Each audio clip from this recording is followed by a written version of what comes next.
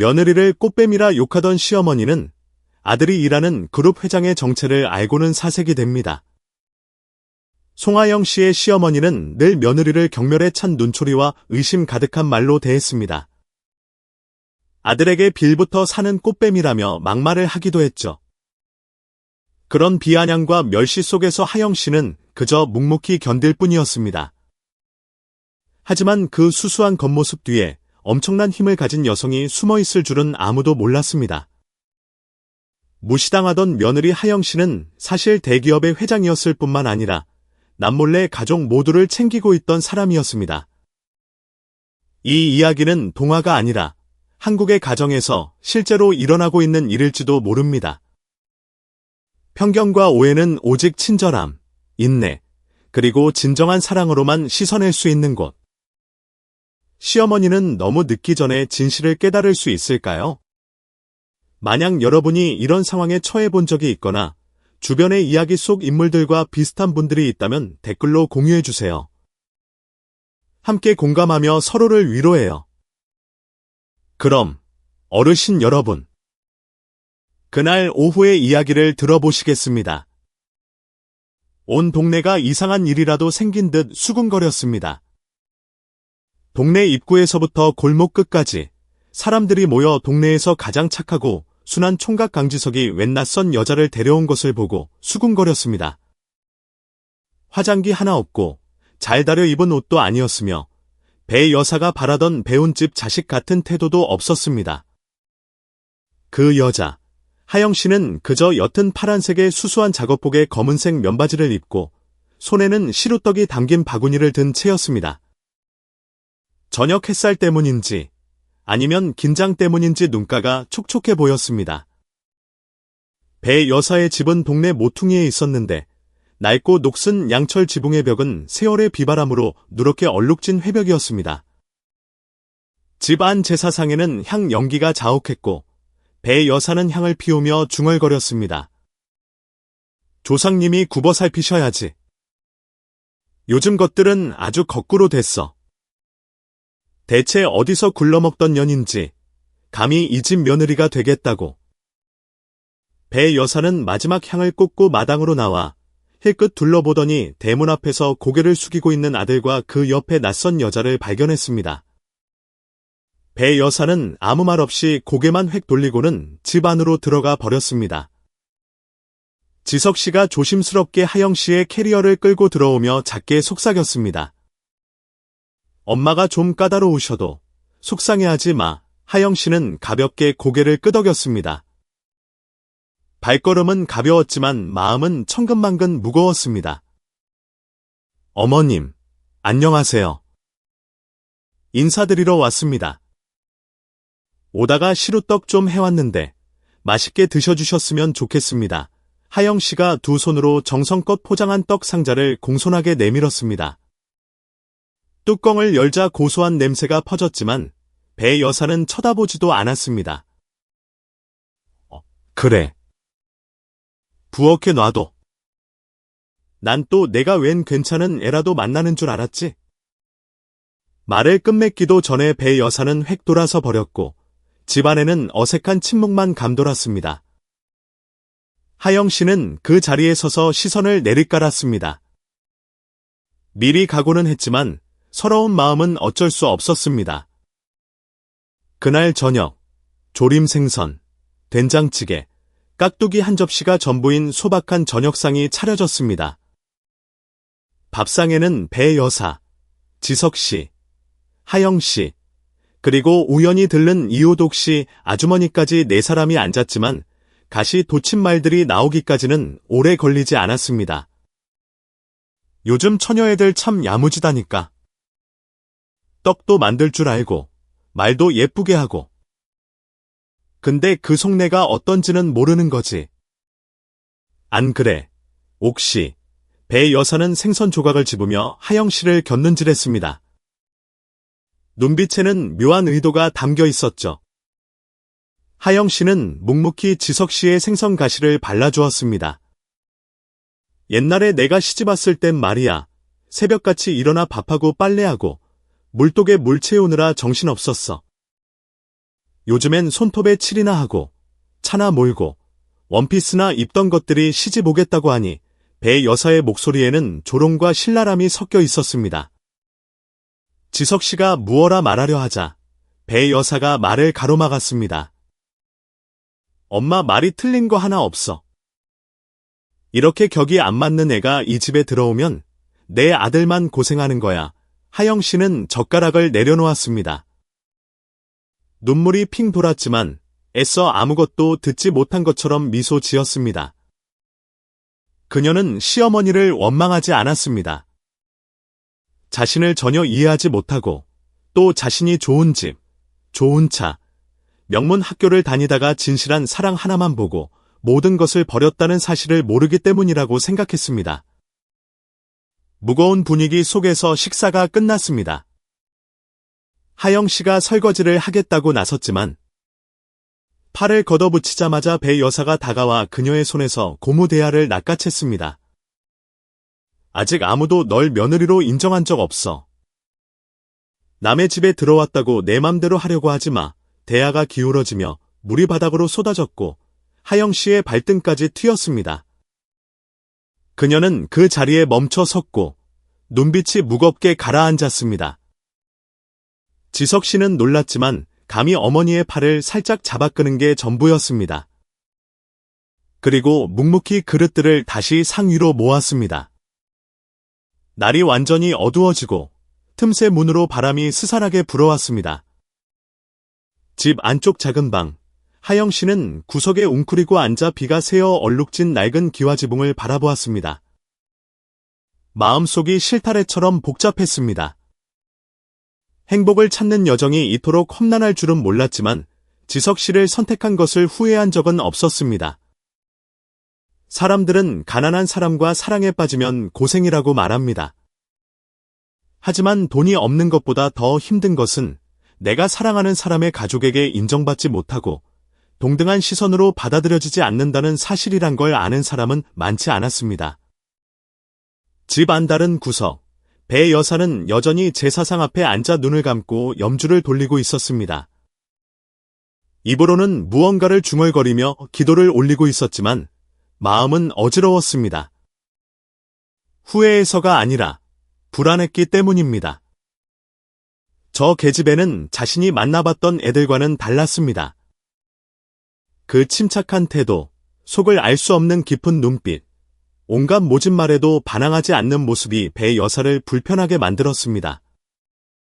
마치 자신을 두려워하지도 그렇다고 자신에게 사랑받을 필요도 없다는 듯한 태도였습니다. 그 느낌은 배 여사가 세상에서 가장 싫어하는 통제력을 잃는 듯한 기분이 들게 했습니다. 골목 밖에서는 저녁나절 수다를 끝낸 이웃들의 발걸음을 따라 개 짖는 소리가 멀어져 갔습니다. 그날 밤, 얕은 잠 속에서 누군가는 뒤척였고 누군가는 상처로 지쳤으며 또 누군가는 마음에 들지 않는 며느리라는 이유만으로 아들의 사랑을 반대한 자신이 틀린 건 아닌지 처음으로 자문했습니다. 그날 아침, 하늘은 사람들 마음처럼 잔뜩 흐려 있었습니다. 하영 씨가 지석 씨 집에 인사를 온 날부터 동네는 여전히 시끄러웠습니다. 오늘이 결혼식인데도 분위기는 이상하게 썰렁했습니다. 천막도, 확성기도, 예물도 없었습니다. 그저 뒷마당에 급하게 차려진 밥상 몇 개가 전부였습니다. 마을 회관에서 빌려온 테이블과 의자 몇 개에는 낡고 얼룩진 하얀 천이 덮여 있었습니다. 골목 입구에는 오토바이 한 대가 덩그러니 세워져 있었습니다. 안장 옆에는 신문지에 대충 쌓여 여러 번 사용한 듯 색바랜 붉은 리본이 묶인 작은 부케가 놓여 있었습니다. 하영 씨의 웨딩드레스는 빌린 옷이었습니다. 얇은 시폰으로 만든 단순한 흰색 원피스였죠. 몇 군데 실밥이 터져 있었지만 그녀는 마치 보물을 입은 듯 소중하게 다뤘습니다. 사진사도 없어서 지석 씨가 자신의 낡은 휴대폰으로 기념사진 몇 장을 찍었습니다. 하영 씨는 슬픈 기색을 감추려 애써 미소 지었습니다. 하지만 이른 아침의 바람이 자꾸 불어와 눈시울을 맵게 했습니다. 그녀는 엄마가 생각났습니다. 예전에 텐마루에 앉아 모녀가 나누었던 말이 떠올랐습니다. 딸아, 사랑하면 고생이고 미워하면 그만이다.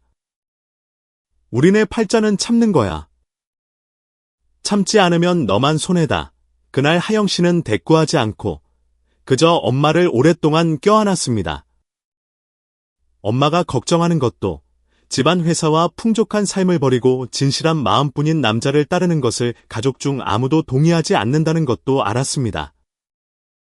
하지만 하영 씨는 사랑이 충분히 크다면 자신만의 작은 하늘을 지키기 위해 조금 손해봐도 괜찮다고 믿었습니다. 그날 아침 배 여사의 집마당은 평소보다 붐볐지만 크게 웃는 사람도 시끌벅적하게 서로를 부르는 사람도 없었습니다. 분위기가 꼭 결혼식이 아니라 제사 같았습니다. 이웃 아주머니들이 의자를 끌어당겨 앉아 넓은 책 모자를 부채질하며 속삭였습니다. 이런 식으로 결혼하는 거 보니 딱 속도 위반이네? 그러게. 저 신부 옷 좀 봐.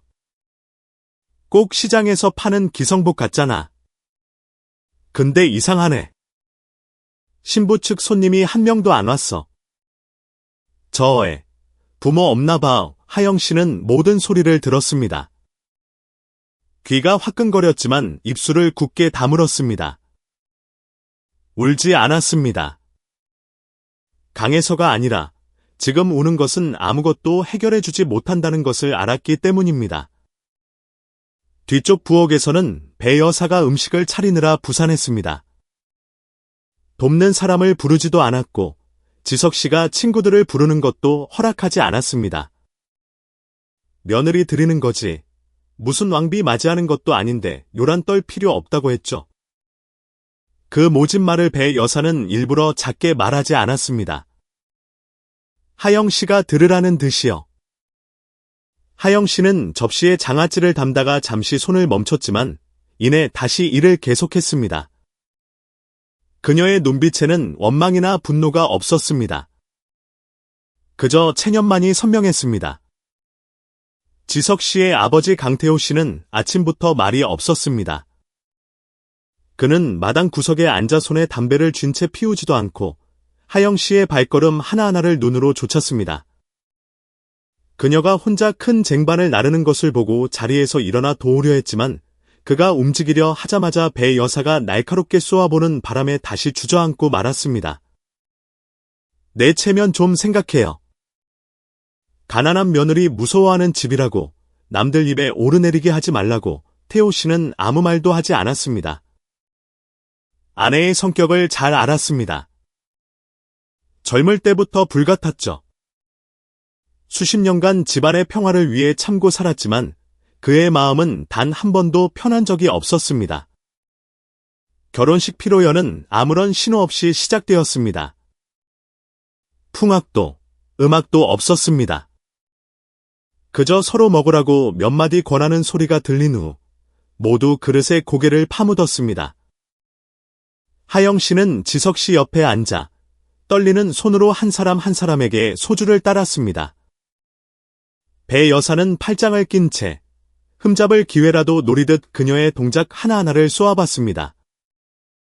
용이 삼촌한테 생선 좀 집어드려. 멀뚱히 서 있지만 말고 하영 씨는 허둥지둥 젓가락을 내밀며 작게 죄송하다고 말했습니다. 지석 씨네 친척 아주머니 한 분이 눈을 가늘게 떴습니다. 어머, 이 아가씨는 네 집딸이야. 누구 조카래? 왜 우리는 저의 부모님을 한 번도 못 봤지? 설마 신부 쪽에서 화나서 결혼 반대한 거야? 아니면 뭐 숨기는 거라도 있어? 옆 테이블에 앉은 아저씨들 쪽에서 나지막한 웃음소리가 터져나왔습니다. 지석 씨는 그 말을 듣고 얼굴이 붉어졌지만 감히 반박하지 못했습니다. 하영 씨는 가슴이 아팠지만 여전히 침착하게 술을 따랐습니다. 태호 씨 차례가 되자 하영 씨는 가볍게 고개를 숙였습니다. 아버님, 한 잔 받으세요. 태호 씨는 평소보다 조금 더 오랫동안 그녀를 바라보더니 작게 고개를 끄덕였습니다. 웃지도 말하지도 않았지만 그 고갯짓 하나에 하영 씨는 마치 어둠 속에서 누군가 손을 잡아준 듯한 기분이었습니다. 잔치는 금방 끝났습니다. 사람들은 하나둘 자리에서 일어나 돌아갔고 기념사진 촬영도 하객 배웅도 없었습니다. 하영 씨는 묵묵히 그릇을 치웠습니다. 흰 드레스에 생선 국물이 튀었지만 아랑곳하지 않았습니다. 배 여사는 부채질을 하며 지나가다 말했습니다. 이 집 며느리가 된 거지. 어디 놀러 온 거 아니야. 알았어.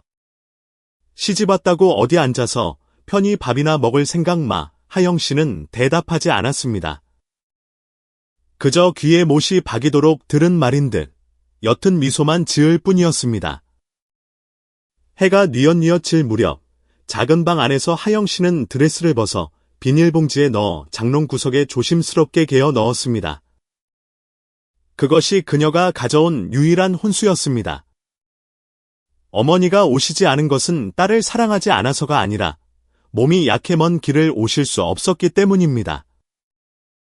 하영 씨는 원망하지 않았습니다. 엄마가 얼마나 마음 아파했을지 잘 알았습니다. 밖에서는 아궁이에 불이 타닥거리는 소리가 들렸습니다. 배 여사가 저녁으로 먹을 곰국을 끓이고 있었습니다. 고소한 냄새가 방 안으로 흘러들었지만 하영 씨는 배가 고프지 않았습니다. 나무벽에 머리를 기댄 채 눈을 감고 행복해야 할 날이 어째서 이토록 무거운지 자문했습니다. 지석 씨가 방으로 들어와 아내 곁에 앉았습니다. 그리고 그녀의 차가운 손 위로 자신의 손을 얹었습니다. 미안해. 내가 더 잘했어야 했는데 하영 씨는 고개를 저었습니다. 그를 탓하지 않았습니다. 이 집에서 이방인 취급을 받는 것에는 익숙했습니다. 그저 언젠가 사람들의 마음이 조금 누그러져 사랑받는 딸처럼 대해주기를 바랄 뿐이었습니다. 마당에는 태호 씨가 여전히 들어오지 않고 있었습니다. 그는 툇마루에 앉아 어두워지는 하늘을 바라보았습니다. 시멘트 바닥에 길게 드리워진 그의 그림자는 마치 그의 인생처럼 조용하고 낡아 보였습니다. 모든 일이 흘러가는 것을 묵묵히 지켜보며 감히 아무것도 바꾸려 하지 못하고 그저 홀로 소가리만 할 뿐이었습니다. 그날 낮은 불볕더위가 기승을 부렸습니다. 바람 한 점 없고 양철 지붕 위로 내리쬐는 햇볕은 마치 프라이팬에 옥수수 알을 쏟아붓는 듯 타닥거리는 소리를 냈습니다. 배 여사의 작은 집은 그 후텁지근한 공기 속에 잠겨 있었고 정원에서는 마치 사람을 대신해 불평이라도 하듯 매미 소리만 요란했습니다. 하영 씨가 아궁이에서 밥솥을 막 꺼냈을 때 마당에서 배 여사의 슬리퍼 끄는 소리가 들려왔습니다. 넓은 책 모자를 쓴 배 여사는 채소가 가득 담긴 플라스틱 바구니를 들고 있었습니다. 잔뜩 화가 난 듯한 얼굴이었습니다. 철문이 끼익 소리를 내며 등 뒤로 닫혔습니다. 이놈의 동네는 참 말도 많아 배 여사는 바구니를 내려놓으며 중얼거리고는 모자를 벗어 문에 박힌 못에 걸었습니다. 결혼한 지 며칠 됐다고 아주 자기들이 본 것처럼 떠들어대 하영 씨는 묻지 않았습니다. 물어봤자 화만 돋을 뿐이라는 걸 알았습니다. 그녀는 국그릇을 식탁에 놓으며 이마에 땀을 닦았습니다. 입가에는 여전히 온화한 미소가 걸려 있었습니다. 어머님, 손 씻고 식사하세요. 따뜻할 때 드셔야죠. 배 여사는 국그릇을 힐끗 보더니 하영 씨의 머리부터 발끝까지 훑어보며 흠잡을 대를 찾는 듯했습니다. 국을 어떻게 끓였길래 김이 이렇게 펄펄 나? 국을 끓인 거야. 죽을 순 거야. 방에서 나오던 지석 씨가 그 말을 듣고 조용히 말했습니다. 엄마, 저도 국 끓이면 김만이 나던데요. 네가 뭘 안다고 그래. 배 여사가 쏘아붙였습니다. 맨날 저렇게 편만 드니까 나중에 고생해도 난 몰라. 식탁은 순식간에 조용해졌습니다. 태호 씨는 점심을 먹으러 오지 않았고 세 사람뿐이었습니다. 하영 씨는 김치찌개, 짭짤한 장조림, 마늘장에 찍어 먹는 데친 나물 등 반찬을 하나씩 상에 올렸습니다. 모두 소박한 음식들이었습니다. 그녀는 배 여사의 옛 입맛에 맞추면서도 혈압에 좋지 않을까봐 간을 조금 싱겁게 했습니다. 하영 씨는 물을 따르고 수저를 가지런히 놓았습니다. 그리고 자리에 앉으며 말했습니다. 어머님, 지석 씨. 식사하세요. 지석 씨가 어머니에게 생선을 집어주려던 순간 배 여사가 갑자기 김이 펄펄 나는 국그릇을 바닥으로 내동댕이 쳤습니다. 국물이 사방으로 튀었고 생선 조각 몇 개가 식탁 다리 밑에 나뒹굴었습니다. 이따위로 성의 없이 끓인 거, 나 안 먹어. 그릇이 바닥에 부딪히는 소리가 날카롭게 울렸습니다. 모두가 놀랐습니다. 지석 씨는 젓가락을 든 채 멈췄고 하영 씨는 바닥을 내려다보았습니다. 바닥에는 김치의 시큼한 냄새와 파향기가 밴 국물이 얼룩져 있었습니다. 하지만 그 모든 냄새는 그녀의 가슴 속 시린 감정과 뒤섞였습니다. 그 순간 하영 씨의 머릿속에 한 장면이 스쳐 지나갔습니다. 어릴 적 새어머니가 똑같이 국그릇을 내던지며 이 밥벌레 같은 년 하는 집마다 그 모양이지 라고 소리치던 얼굴이었습니다. 그때는 그저 눈이 빨개지도록 울며 떨리는 손으로 바닥에 사기 조각을 주울 수밖에 없었습니다. 하지만 오늘의 그녀는 더 이상 그 어린아이가 아니었습니다. 하영 씨는 묵묵히 젓가락을 내려놓았습니다. 말도 울음도 없이 그저 일어나 부엌으로 가 행주를 가져와 국물을 닦고 생선 조각과 기름때를 치웠습니다. 지석 씨가 당황하며 말했습니다. 하영 씨, 내가 닦을게. 괜찮아요. 그녀의 목소리는 무서울 정도로 침착했습니다. 이거 치우고 좀 쉴게요. 그녀는 더러워진 행주를 빨고 색이 바랜 마른 행주로 손을 닦았습니다. 그러고는 다시 식탁으로 돌아오지 않았습니다. 지석 씨 옆에 앉지도 평소처럼 시어머니에게 허락을 구하지도 않았습니다.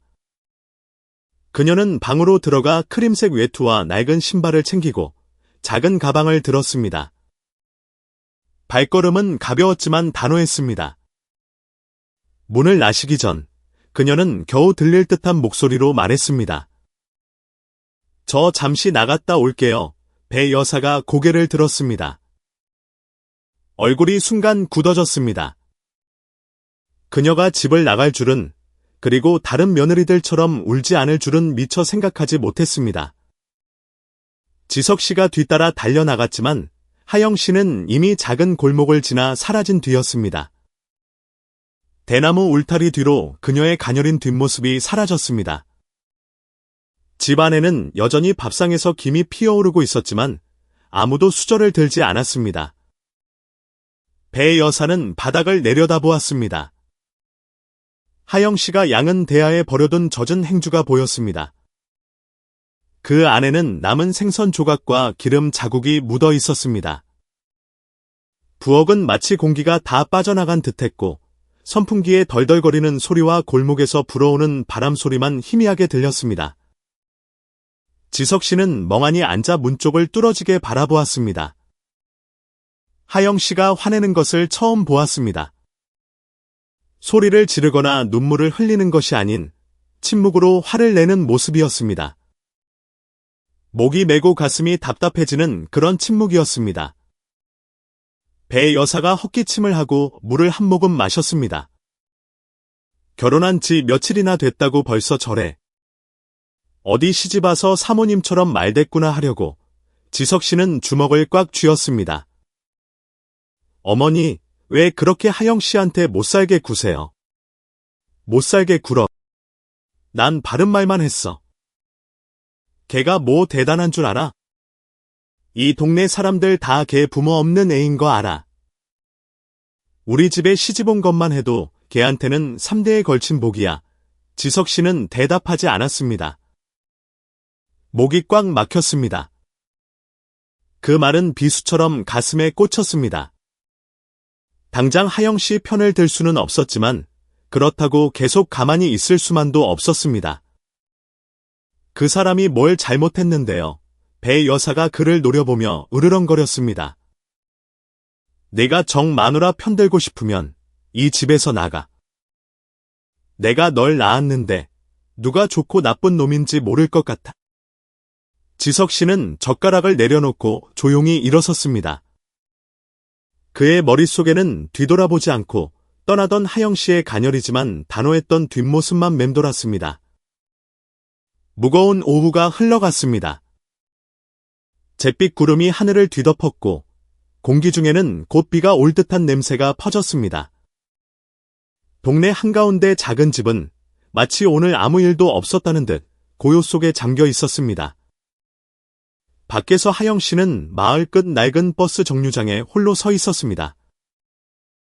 차를 타려는 것이 아니라 그저 오가는 사람들을 바라보고 있었습니다.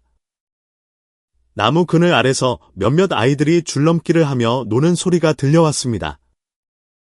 그 맑은 웃음소리에 마음이 조금은 누그러졌습니다. 그녀는 색이 바랜 나무 벤치에 앉아 긴 한숨을 내쉬었습니다. 주머니 속에서 휴대폰이 울렸습니다. 지석 씨였습니다. 하영 씨는 망설이다 전화를 받았습니다. 괜찮아. 어디야? 집에 돌아와. 엄마는 그런 뜻이 하영 씨가 말을 끊었습니다. 나, 그릇 깨지는 소리 안 들리는 하룻밤이 필요해요. 돌아갈 거예요. 하지만 오늘은 아니에요. 우수하기 넘어가 조용해졌습니다. 하영 씨는 전화를 끊고 휴대폰을 옆에 내려놓았습니다. 바람이 불기 시작하며 흙냄새를 실어왔고 곧이어 빗방울이 정류장 처마 위로 떨어지기 시작했습니다. 그녀는 옷깃을 여미고 앉아 묵묵히 하늘을 바라보았습니다. 원망도, 분노도 아니었습니다. 그저 묵묵히 견뎌온 시간 끝에 찾아온 무르익은 침묵이었습니다. 아마도 이젠 스스로를 지키는 법을 배워야 할 때가 온 것 같았습니다. 토요일 아침, 며칠간 흩날리던 비가 그치고 해가 났습니다. 햇살이 기와장을 넘어 색바랜 마당 벽돌 위로 길게 쏟아졌습니다. 배 여사의 집 안은 여전히 조용했고 아궁이에서 장작 타는 소리와 아침 뉴스를 전하는 작은 라디오 소리만 들렸습니다. 하영 씨는 일찍 일어나 구시장 근처 가게에 아르바이트를 가기 위해 준비하고 있었습니다. 그녀는 옷을 가지런히 개어 가방에 넣고 세수 수건을 의자 등받이에 가볍게 걸쳤습니다. 이른 아침 바람이 문틈으로 스며들어 아궁이의 제 냄새와 이웃집에서 풍겨오는 커피 향을 실어왔습니다. 부엌을 지나가던 그녀의 시선이 어제부터 그대로 쌓여있는 설거지 더미에 멈췄습니다. 그릇과 냄비, 숟가락이 산더미처럼 쌓여 있었고 말라붙은 기름때가 햇빛에 번들거렸습니다. 보지 못한 것도 잊어버린 것도 아니었습니다. 누군가 일부러 저렇게 둔 것을 알았습니다. 배 여사는 툇마루에 앉아 부채질을 하며 무언가를 기다리는 듯 부엌을 힐끗거렸습니다. 하영 씨가 지나가는 것을 보자 배 여사가 무미건조한 목소리로 말했습니다. 일찍 일어났으면 내도리를 해야지. 이 늙은 어미가 시중까지 들게 할 셈이야. 하영 씨는 걸음을 멈췄습니다. 시선이 다시 한번 설거지 더미에 머물렀습니다. 그녀는 심호흡을 하고 부엌문으로 다가가 배 여사를 바라보며 조용히 말했습니다. 어머님, 저 오늘 아르바이트 가야 해서요. 아침 식사하실 거랑 마실 물은 준비해뒀어요. 설거지는? 혹시 급하시면 오늘은 제가 좀 말이 채 끝나기도 전에 배 여사가 대나무상의 부채를 내리쳤습니다.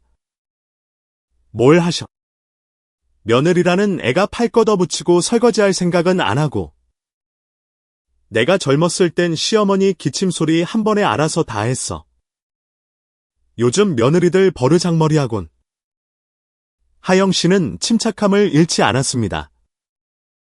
고개를 숙이거나 변명하지 않았습니다. 그저 부드러우면서도 단단한 눈빛으로 시어머니를 바라보았습니다. 어머님, 설거지하는 거 힘들지 않아요. 하지만 저를 가족으로 생각하지 않으신다면 부엌대기처럼 부리시지도 마세요. 공기가 무겁게 가라앉았습니다.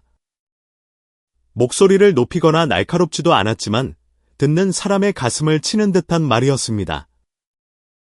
방 안에서 듣고 있던 지석 씨가 황급히 뛰쳐나왔습니다. 무슨 일이에요? 엄마, 배 여사가 하영 씨를 손가락질하며 목소리를 높였습니다. 너도 들었지? 이제 막 들어온 며느리란 게 시어미한테 대들고 어디서 가족이랑 부엌대기를 우누네.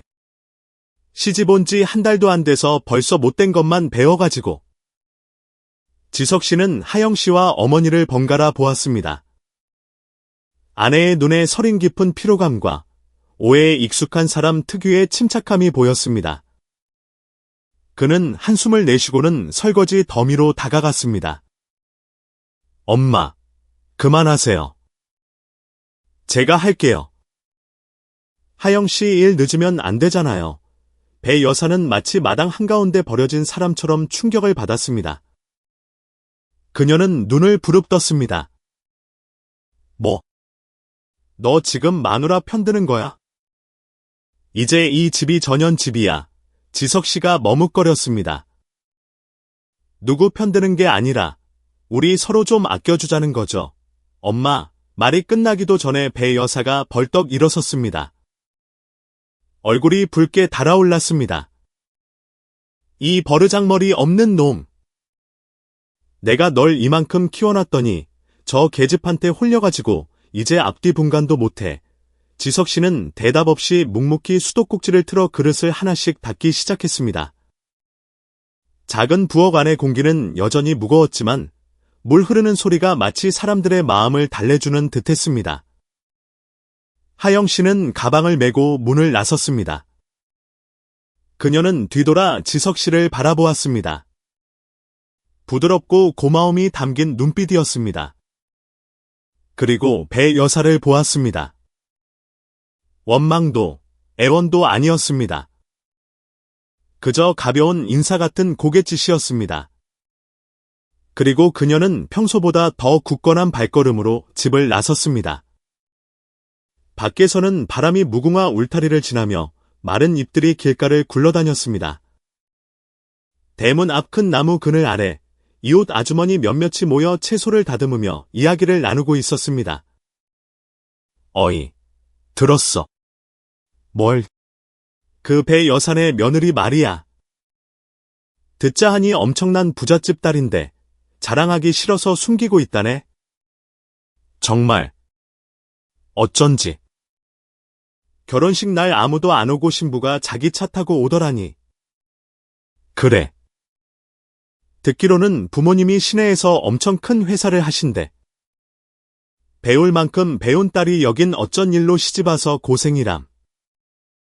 지석이를 정말 사랑하나 봐. 근데 어쩌자고 저 성질 더러운 배 여사 밑에서 저러고 산대.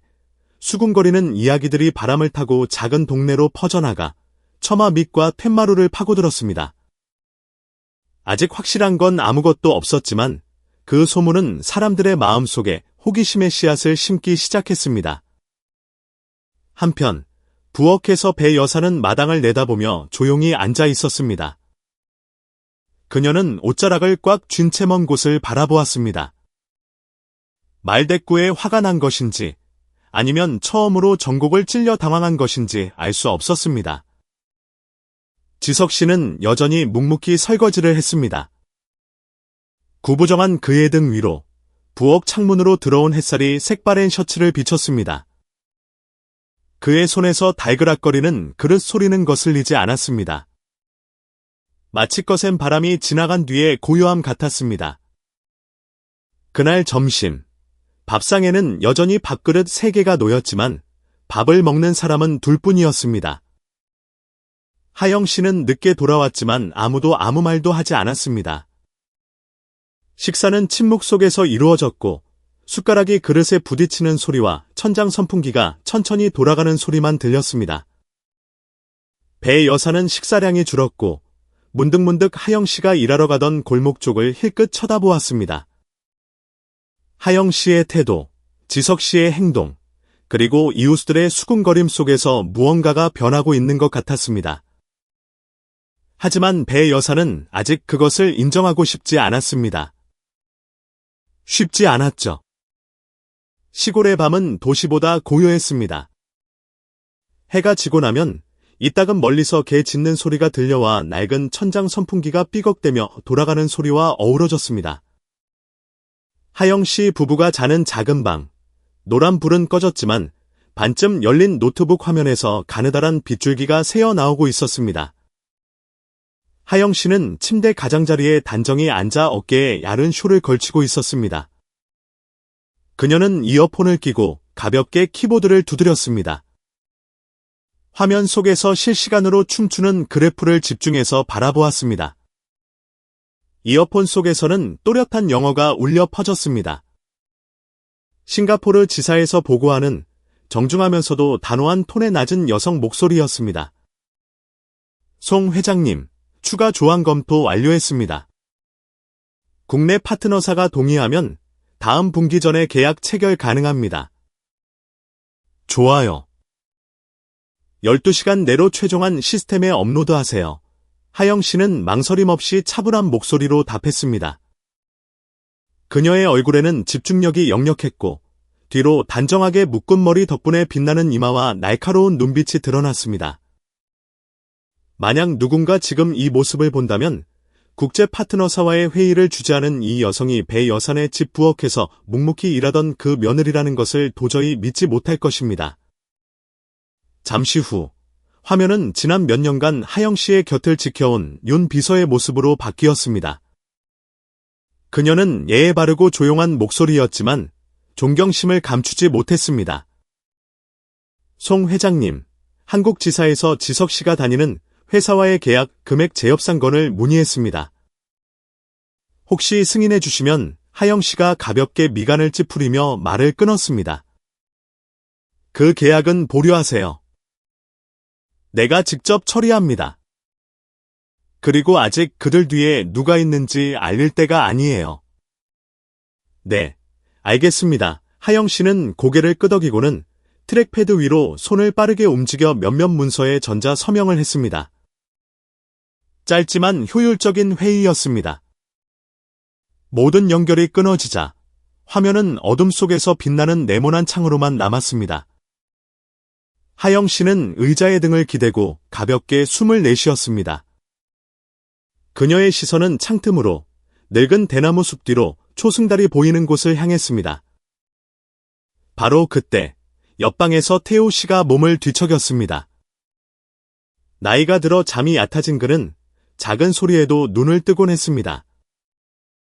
집안은 여전히 어두웠지만 살짝 열린 문틈으로 지석 씨 부부의 방에서 새어나오는 희미한 빛을 보았습니다. 처음엔 아이가 잠을 못 이뤄 불을 켜고 책이라도 읽나 싶었습니다. 하지만 곧 문틈으로 이상한 소리가 새어나왔습니다.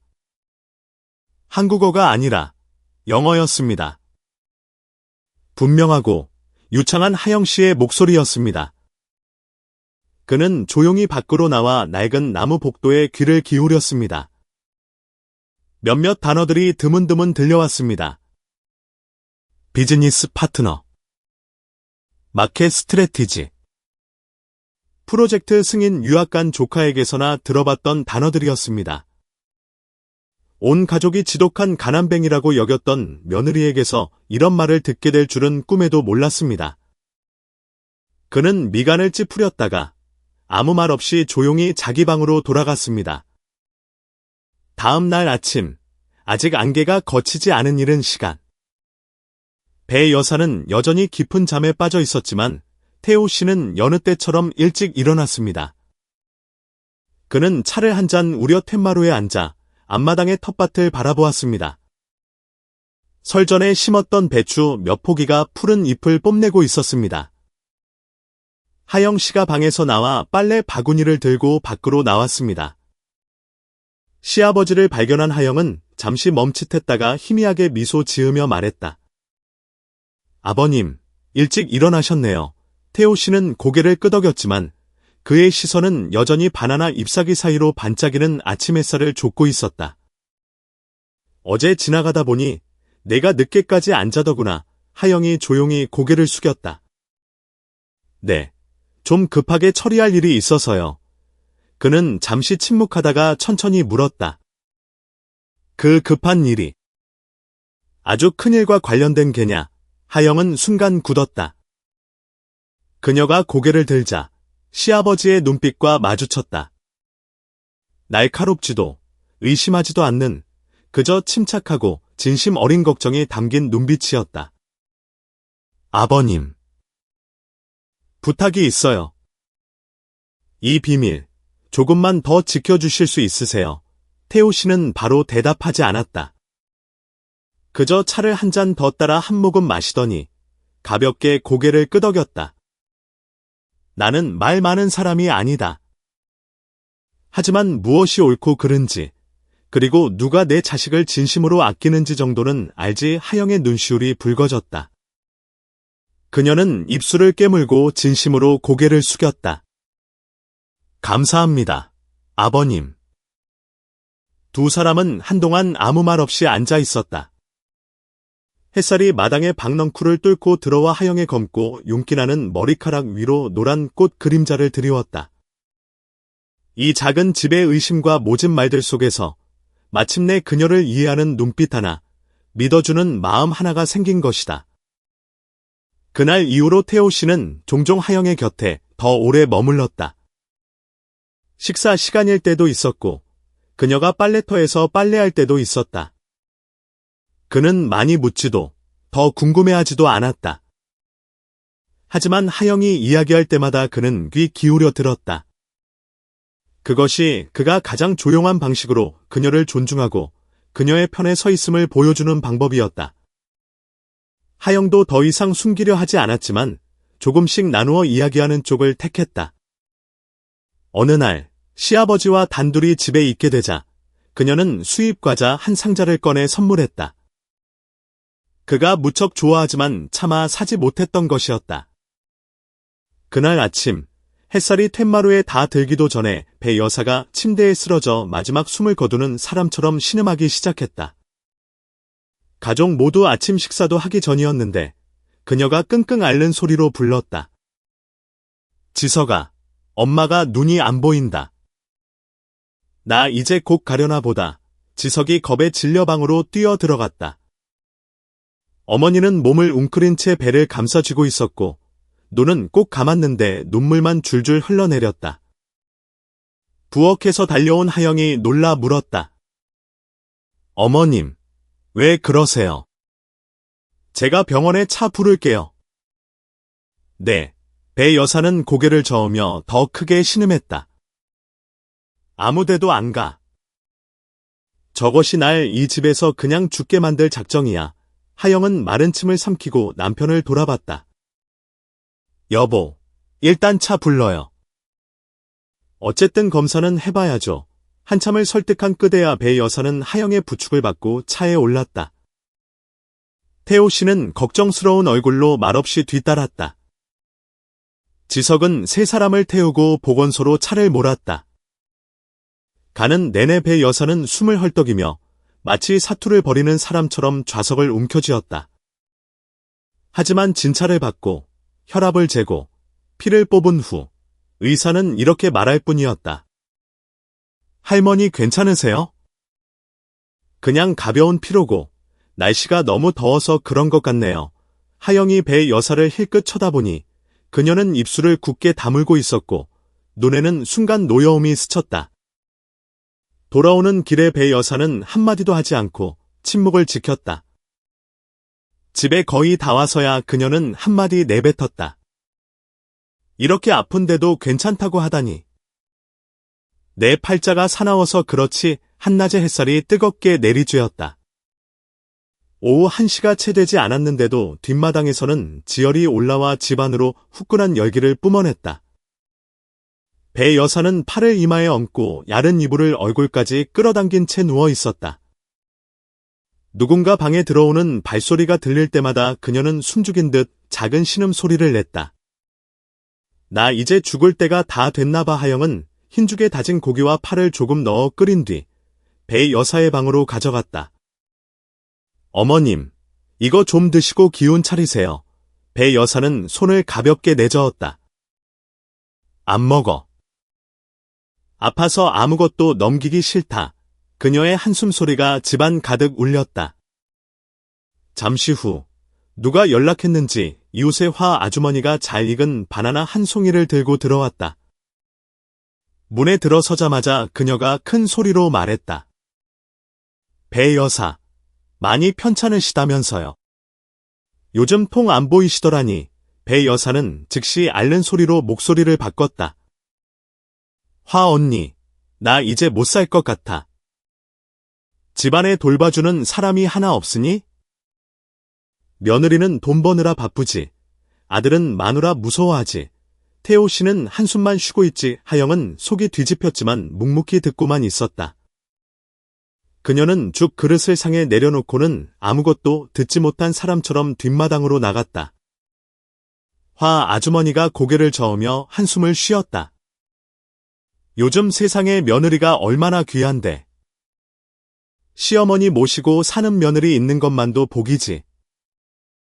그런데 언니는 배 여사가 거친 숨을 내쉬며 부엌 쪽으로 원망스러운 눈빛을 보냈다. 뭐래도 내 며느리는 달라. 맨날 일하러 나가서 집안일은 나 몰라라 하고 내가 이렇게 아픈데도 컴퓨터에 코 박고 있다니까?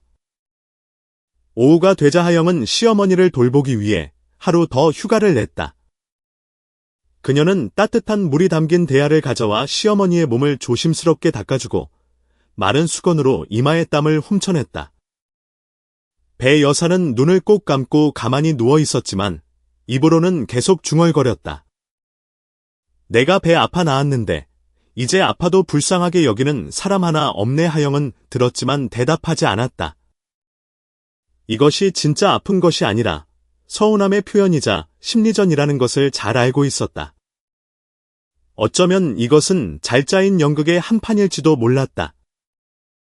일을 마친 하영은 손을 씻고 방으로 올라가 해외 파트너와의 정기 화상 회의를 준비했다. 막 컴퓨터를 켠 그녀는 카메라 각도를 조절하고 의자를 뒤로 물린 뒤 결제가 필요한 서류철을 손에 들었다. 화면 너머로 윤 비서의 목소리가 들려왔다. 송 이사님, 파트너 측에서 다음 분기 인력 유치 정책에 대해 구체적으로 설명해달라고 요청했습니다. 발표 자료는 디렉트 폴더에 넣어뒀습니다. 고마워요. 파일 열어볼게요. 그녀는 유창하고 전문적인 영어로 말했다. 그런데 그때 살짝 닫힌 방문 밖으로 조용히 낯선 그림자가 드리워졌다. 배 여사였다. 그녀가 언제 침대에서 일어났는지 아무도 몰랐다. 그녀는 문틀을 붙잡고 서서 화면을 뚫어지게 쳐다봤다. 화면 속 하영은 양복을 입은 중년 남성과 대화하고 있었고 그 아래에는 디렉터, 싱어포어 코리아라는 이름이 떠 있었다. 배 여사는 그대로 얼어붙었다. 그녀의 눈에 당혹감이 스쳤다. 하영을 봤다가 다시 화면을 봤다가 아무 소리도 내지 못했다. 그녀는 뒷걸음질 쳐 자기 방으로 돌아갔다. 입술은 알아들을 수 없는 말로 작게 달싹였다. 저것이 언제부터 저렇게 높은 양반들하고 안 거야. 그날 밤 배 여사는 더 이상 신음소리를 내지 않았지만 아무 말도 하지 않고 이상할 정도로 조용했다. 태호 씨가 아내를 보다가 하영을 힐끗 쳐다봤지만 차마 묻지는 못했다. 저녁 식사 내내 무언가 어색한 기운이 감돌았다. 생선조림이나 젓갈 냄새가 아니라 이름 붙일 수 없는 의심과 혼란스러운 감정이었다. 하영은 평소처럼 태연했다. 그녀는 설거지를 하고 시아버지에게 차를 타드리고 상을 닦았다. 배 여사의 시선은 여전히 그녀를 쫓았는데 예전과는 달랐지만 꼬치꼬치 캐묻는 듯한 눈초리는 여전했다. 배 여사가 벌인 연극을 하영이 망치지는 않았지만 배 여사는 이 며느리가 겉보기처럼 단순하지 않다는 것을 깨달았다. 도시 외곽의 작은 동네. 아침 햇살이 나뭇잎에 닿기도 전부터 사람들이 골목 어귀의 큰 나무 그늘 아래 모여들었다.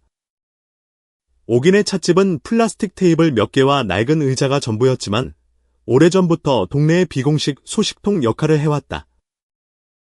무슨 재미있는 일이나 이상한 일이 생기면 모두 이곳으로 가져와 귓속말을 나누고 살을 보태 저녁 연기처럼 퍼뜨리곤 했다.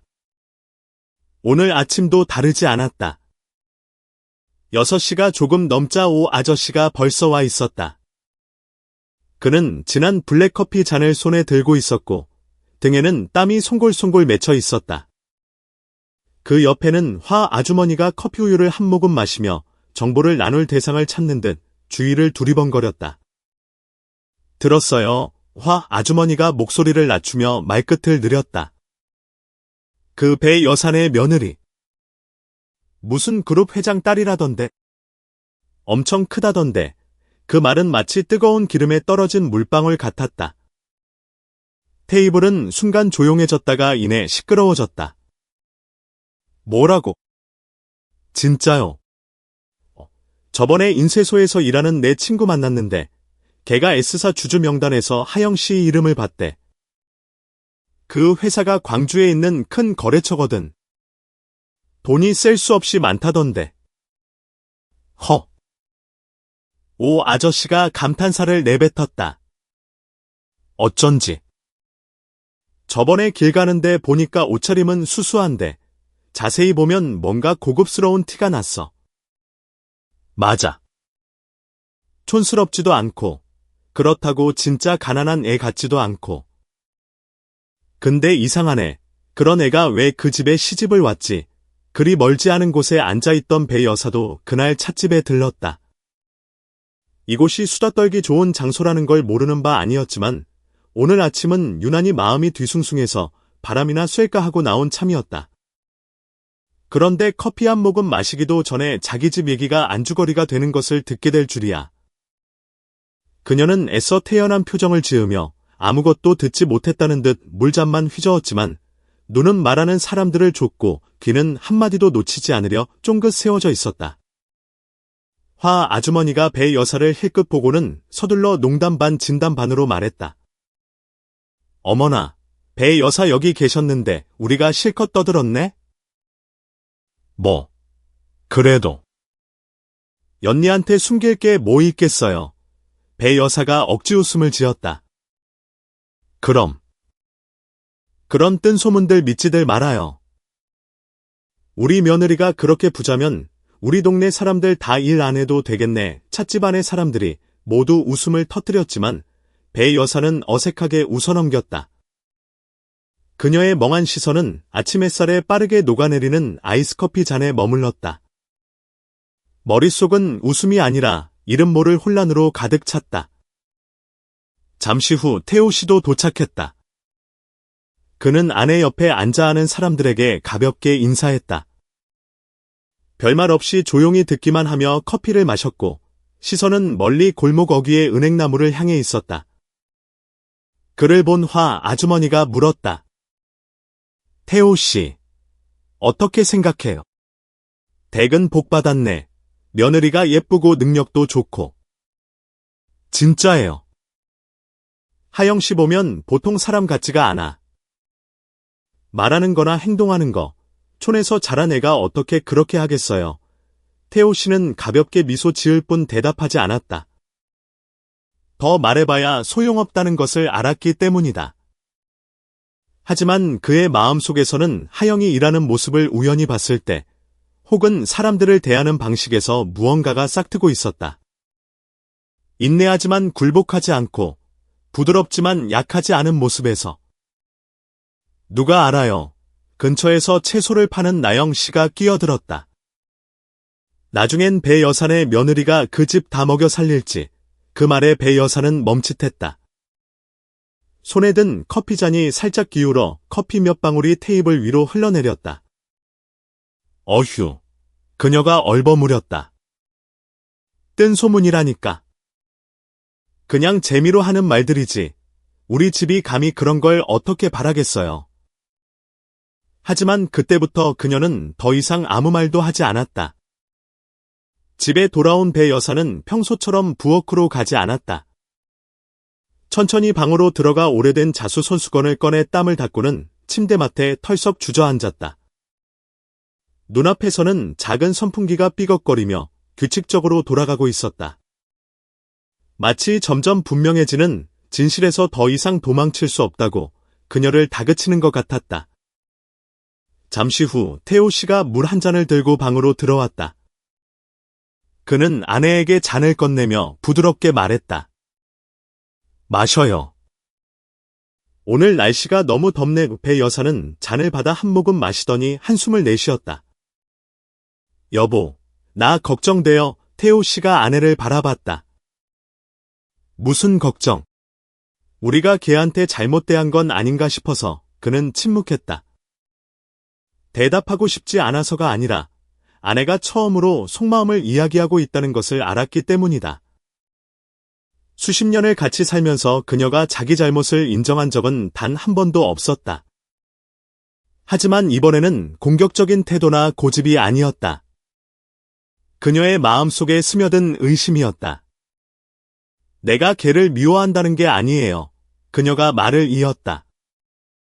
근데 자꾸 걔가 보통 애들 같지가 않다는 생각이 들어. 참는 것도 그렇고, 일하는 방식도. 저번에 보니까 컴퓨터로 회의하는데 영어를 술술 하더라고. 내가 못 본 게 아니야. 태호 씨가 조용히 고개를 끄덕였다. 나도 봤소. 하지만 그거 알아요. 부자든 가난하든 그게 중요한 게 아니라 어떻게 사느냐가 중요한 거지. 하영이 걔가 말하고 행동하는 거 보면 배울 점이 있어. 배 여사는 말이 없었다. 그녀의 마음속에서는 찻집에서 들었던 말들과 하영의 태도, 그 모든 것이 거대한 혼란으로 뒤엉키고 있었다. 어쩌면 처음부터 자신이 틀렸던 걸까? 돈이나 바라는 가난한 며느리라고 생각했는데 사실은 생각보다 훨씬 유능하고 괜찮은 사람이었던 걸까? 알 수는 없었다. 하지만 무언가 변하고 있었다. 후회라고 단정할 수는 없지만 마치 차가운 새벽 이슬처럼 조용히 스며들어 정신을 번쩍 들게 하는 이름 모를 감정이었다. 그날 저녁, 쌀쌀한 바람이 불어 가로수를 스치며 사락거리는 소리를 냈다. 지석은 호텔 로비 근처의 구석진 곳에 숨어 하영의 몸짓 하나하나를 지켜보고 있었다.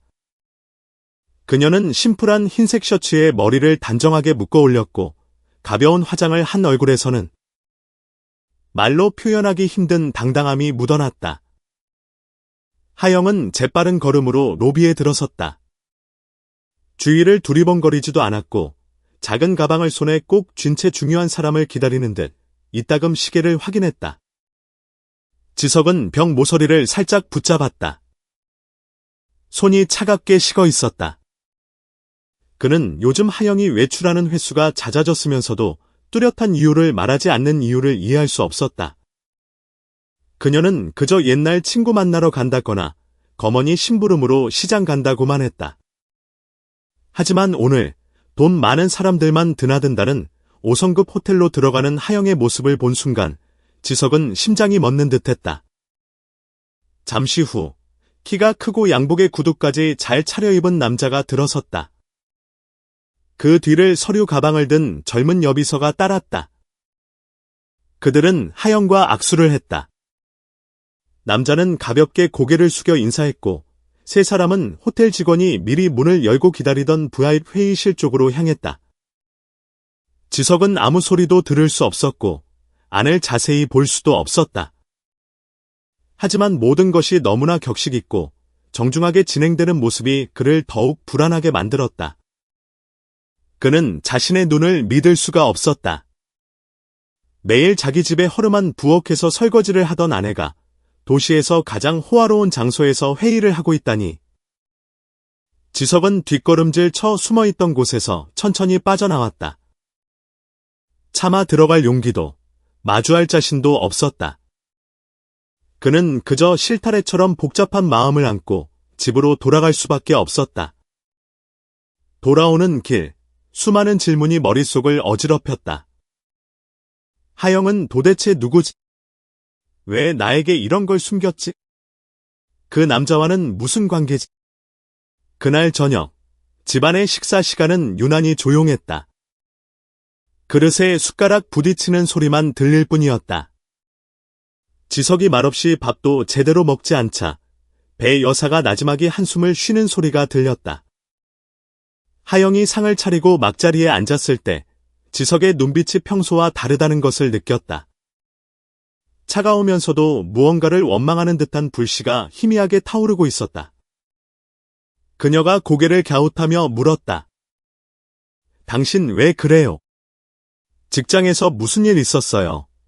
지석은 고개도 들지 않고 작게 고개를 저었다.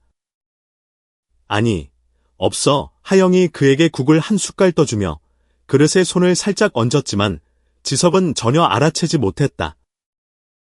그녀는 순간 멈칫했지만 이내 아무 일 없다는 듯 다시 밥을 먹기 시작했다.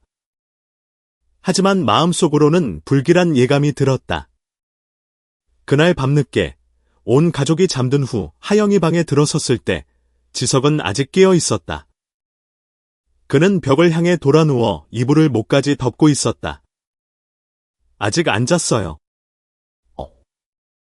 오늘 기분이 안 좋아 보이네? 내가 뭐 잘못했어요. 지석은 침묵했다. 잠시 후 그가 몸을 일으키더니 한숨을 쉬었다. 나한테 아직 말 안 한 거 있어. 하영은 놀랐다. 무슨 뜻이에요? 오늘 저녁에 호텔에서 누구 만났어? 하영은 그 자리에 얼어붙었다.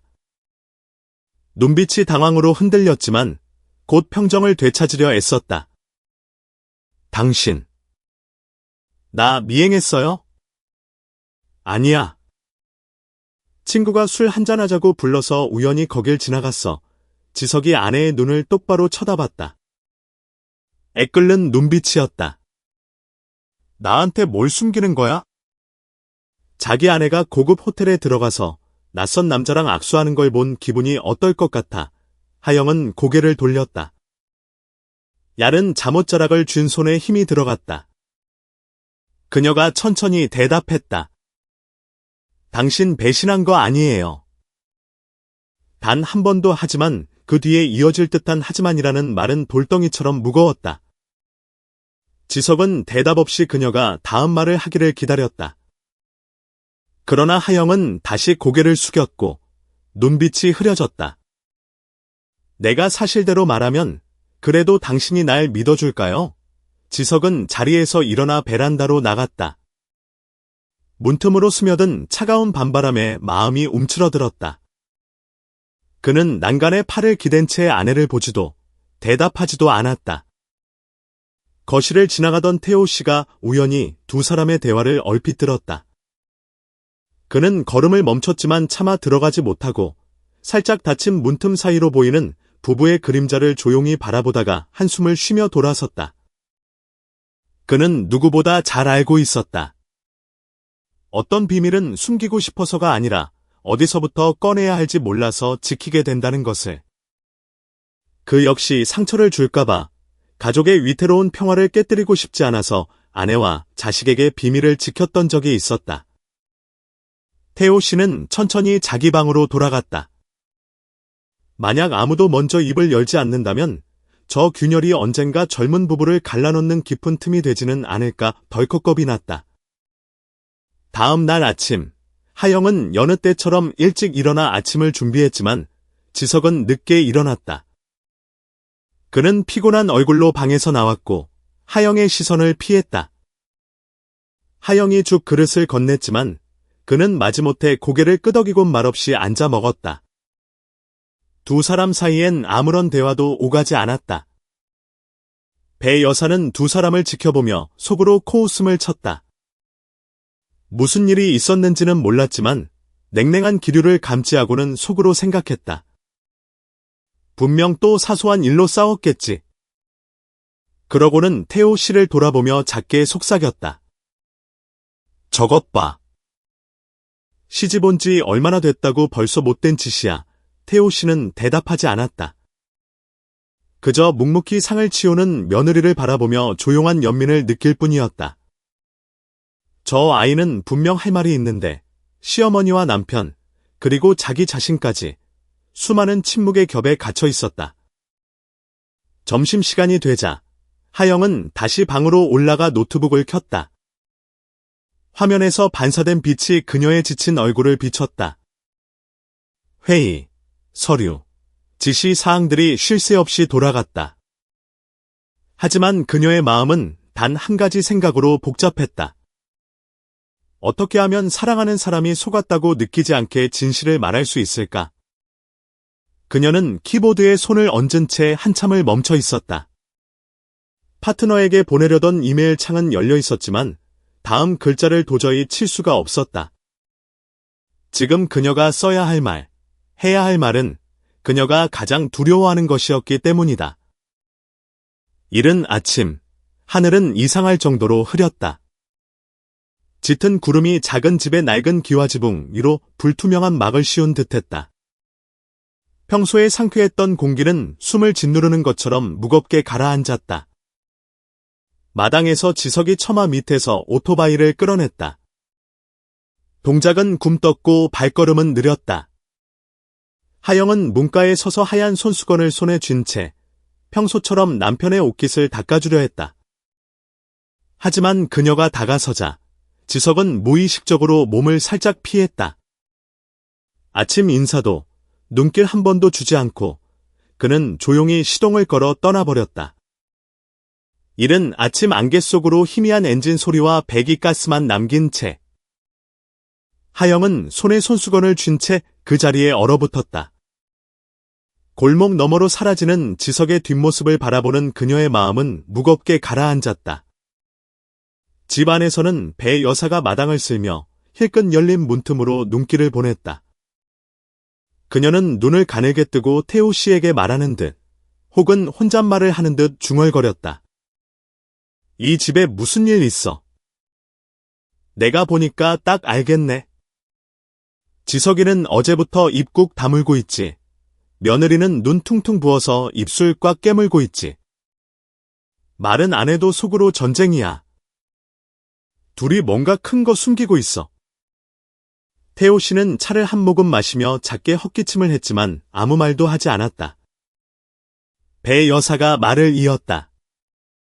내가 내 자식 키워봐서 아는데 걔가 한번 누굴 좋아하면 죽고 못 살아. 근데 지금 저렇게 넋 나간 사람 꼴인 건 배신당한 것 말고는 없어. 저것. 솔직히 난 아주 의심스러워. 방 안.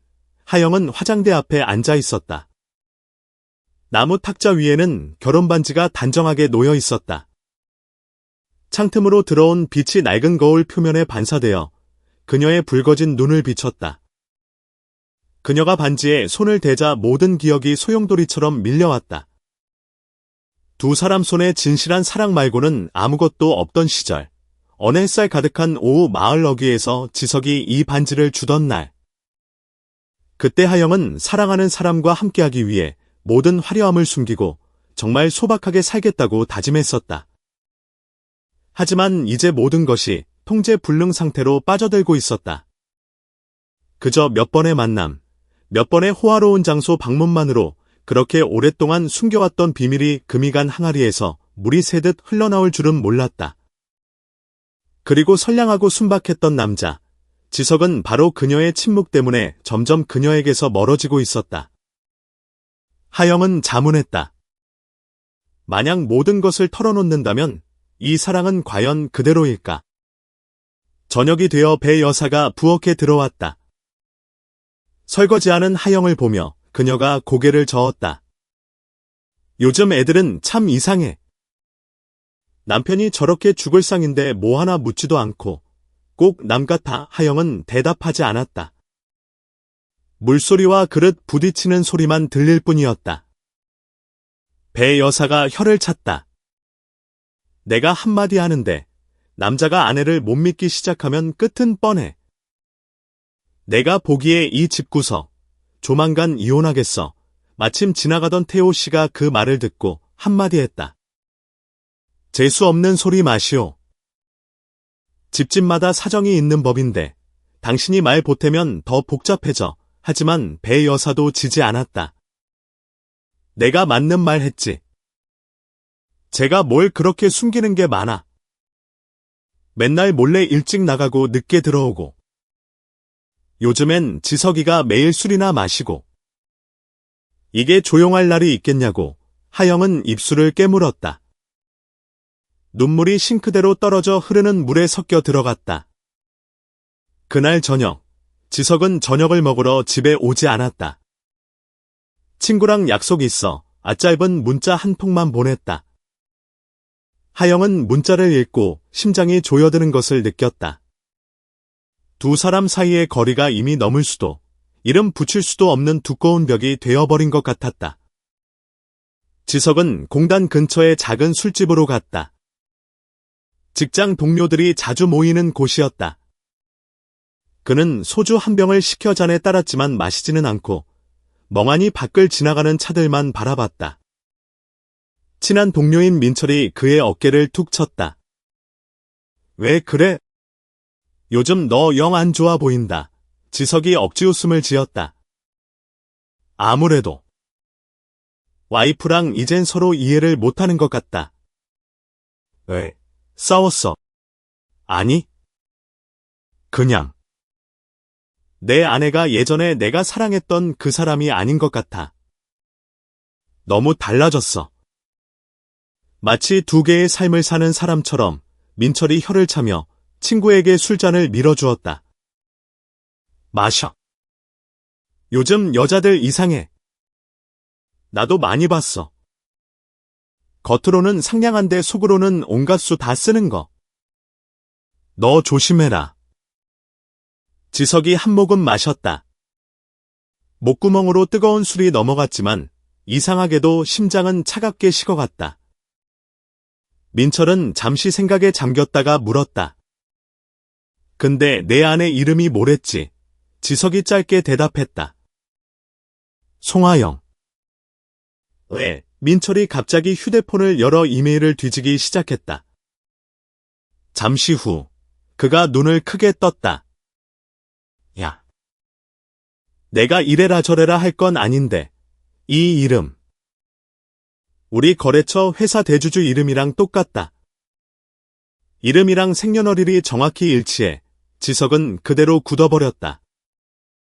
술잔을 든 손이 허공에서 멈췄다. 민철이 말을 이었다. 너 잘 알아봐. 이게 우연이 아닐 수도 있어. 만약 진짜 내 아내라면 너한테 엄청난 걸 숨기고 있는 거 아니야. 늦은 밤, 지석은 술이 덜 깬 채 집으로 돌아왔다. 그는 불도 켜지 않고 곧장 방으로 들어가 침대 가장자리에 걸터 앉았다. 벽을 보고 누워있던 하영이 인기척을 듣고 몸을 돌렸다. 뭐 좀 먹었어요. 지석은 대답하지 않았다. 그저 한참 동안 그녀를 바라볼 뿐이었다. 그 눈빛에는 형언할 수 없는 슬픔이 담겨 있었다. 이윽고 그는 아내에게 등을 돌리고 누워버렸다. 하영이 손을 뻗어 그의 어깨에 대려 했지만 지석은 움찔하며 몸을 피했다. 고작 한 뼘 정도의 거리였지만 하영에게는 마치 벼랑 끝에 서 있는 것처럼 느껴졌다. 여기서 거짓말을 한마디만 더하면 다시는 돌아올 수 없는 곳으로 떨어질 것만 같았다. 예고도 없이 초여름 장맛비가 쏟아졌다. 낡은 사무실의 양철 지붕 위로 거센 빗줄기가 내리쳤다. 지석은 사무실에 홀로 조용히 앉아 있었다. 천장의 형광등이 깜빡거렸다. 회사 사람들은 모두 퇴근했다. 복도에서 울리는 바람 소리와 함께 홀로 남은 그 타닥거리는 키보드 소리만이 방 안을 채웠다. 그는 컴퓨터를 켰다. 떨리는 손으로 한 글자씩 입력했다. 대신그룹 주주. 민철이 그 이름을 언급한 이후로 계속 머릿속을 맴돌던 이름이었다. 몇 번의 클릭만으로 정보가 선명하게 나타났다. 명단 맨 위에 송하영이라는 이름이 있었다. 생년월일, 출생지까지. 아내와 모든 것이 일치했다. 이름 아래에는 직함이 적혀 있었다. 주요 주주 겸 공동 설립자. 금융계의 거물들 이름 옆에 나란히. 지석은 그 자리에 멈췄다. 두 손이 힘없이 축 처지고 마우스가 책상에서 미끄러졌다. 온몸에 전기가 흐르는 듯했다. 그동안의 모든 의문과 의심이 순식간에 풀렸다. 착하고 인내심 많고 자신에게 의지해 산다고 믿었던 그녀가 사실은 그가 까맣게 몰랐던 거대한 금융제국을 손에 쥐고 있었던 것이다. 그는 프로필을 인쇄에 서둘러 가방에 쑤셔 넣었다. 어디선가 분노가 치밀어 올랐다. 돈이나 명예 때문이 아니었다. 그동안 자신이 무시당하고 속아왔다는 느낌 때문이었다. 친구 만나러 가. 회사 일 있어라고 말하던 순간들. 그의 질문을 피하던 모습, 침묵으로 일관하던 순간들이 떠올랐다. 그것은 더 이상 현명한 아내의 신중함이 아니었다. 그것은 거리감이었다. 그날 밤, 비는 그치지 않았고 가족들은 이른 저녁을 먹었다. 배 여사는 여전히 불편한 눈초리로 하영을 쏘아봤고 태호 씨는 말없이 반찬만 집었다. 지석은 저녁을 먹으러 오지 않았다. 어디로 갔는지 아무도 몰랐고 아무도 묻지 않았다. 하영은 앉아서 밥을 먹었지만 속은 불타는 것 같았다. 불길한 예감이 그녀를 불안하게 했다. 그녀는 이 작은 집 안에서 무언가가 산산조각 나고 있음을 직감했다. 식사를 마친 하영은 노트북을 켜고 비서와 온라인 회의를 시작했다. 송 이사님, 싱가포르 파트너 측에서 일정 확정했습니다. 계획대로 지분 양도를 진행하겠습니다. 별일 없으시다면 하영은 미간을 찌푸렸다. 잠깐. 시댁과 관련된 모든 거래는 일단 중단해요. 아직 제 정체를 밝히고 싶지 않아요. 개인적인 일부터 처리하게 해줘요. 윤 비서가 화면 너머로 고개를 끄덕였다. 알겠습니다. 다만 오해를 사실까봐 걱정입니다.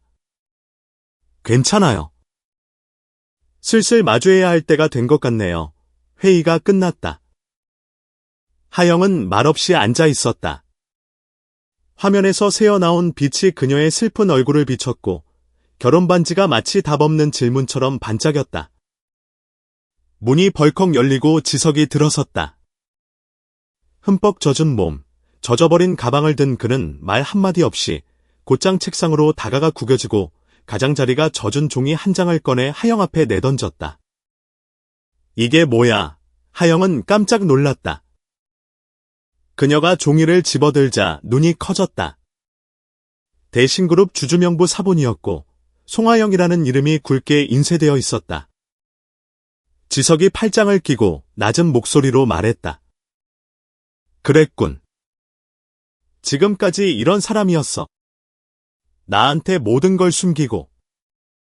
지석 씨, 내 말 좀 들어봐. 무슨 설명을 더해? 내가 바보 등신인 줄 알아?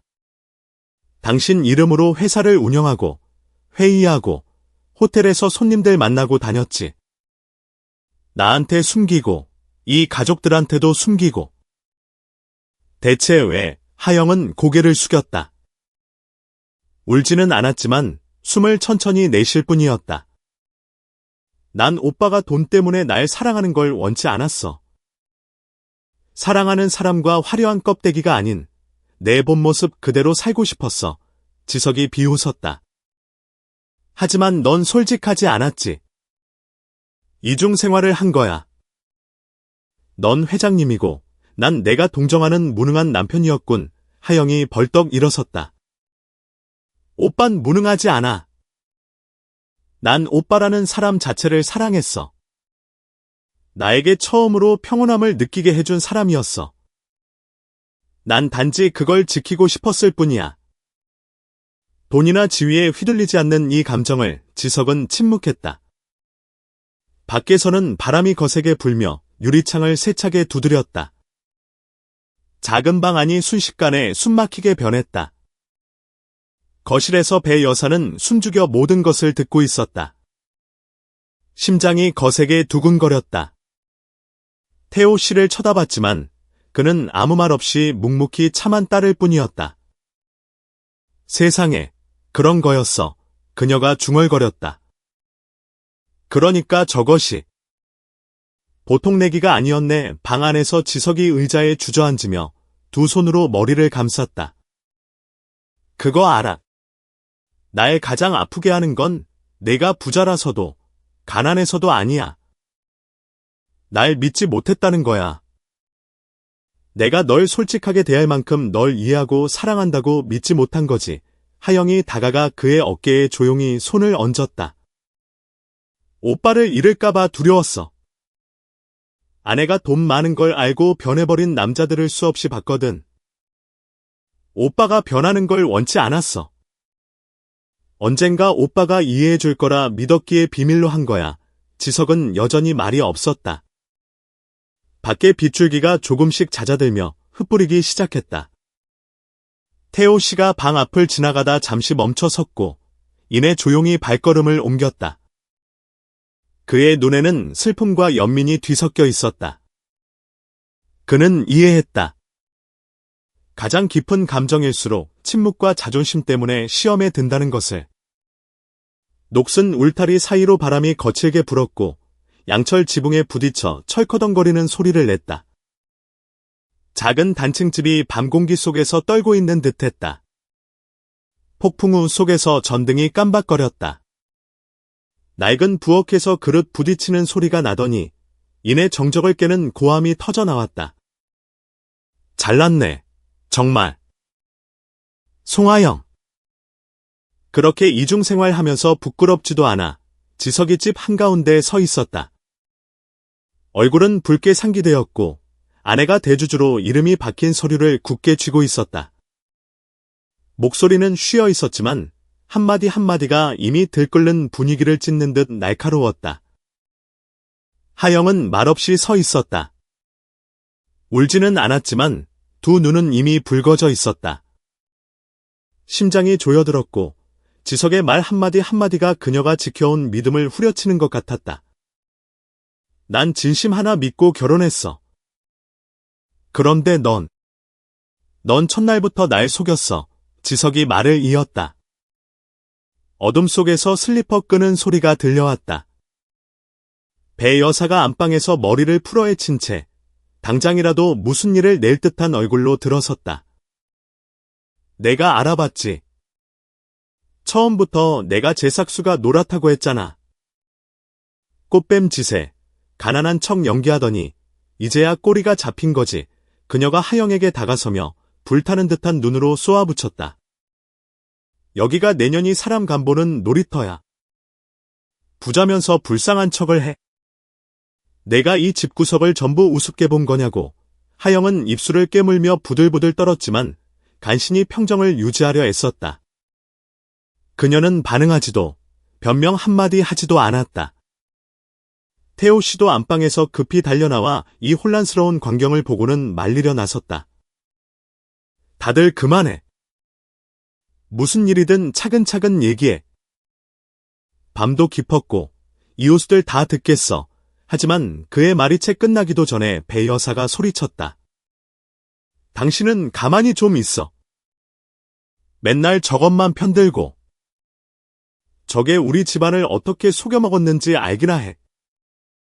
신분을 속이고 시집을 와. 이게 무슨 망측한 짓이냐고. 지석이 식탁을 세게 내리쳤다.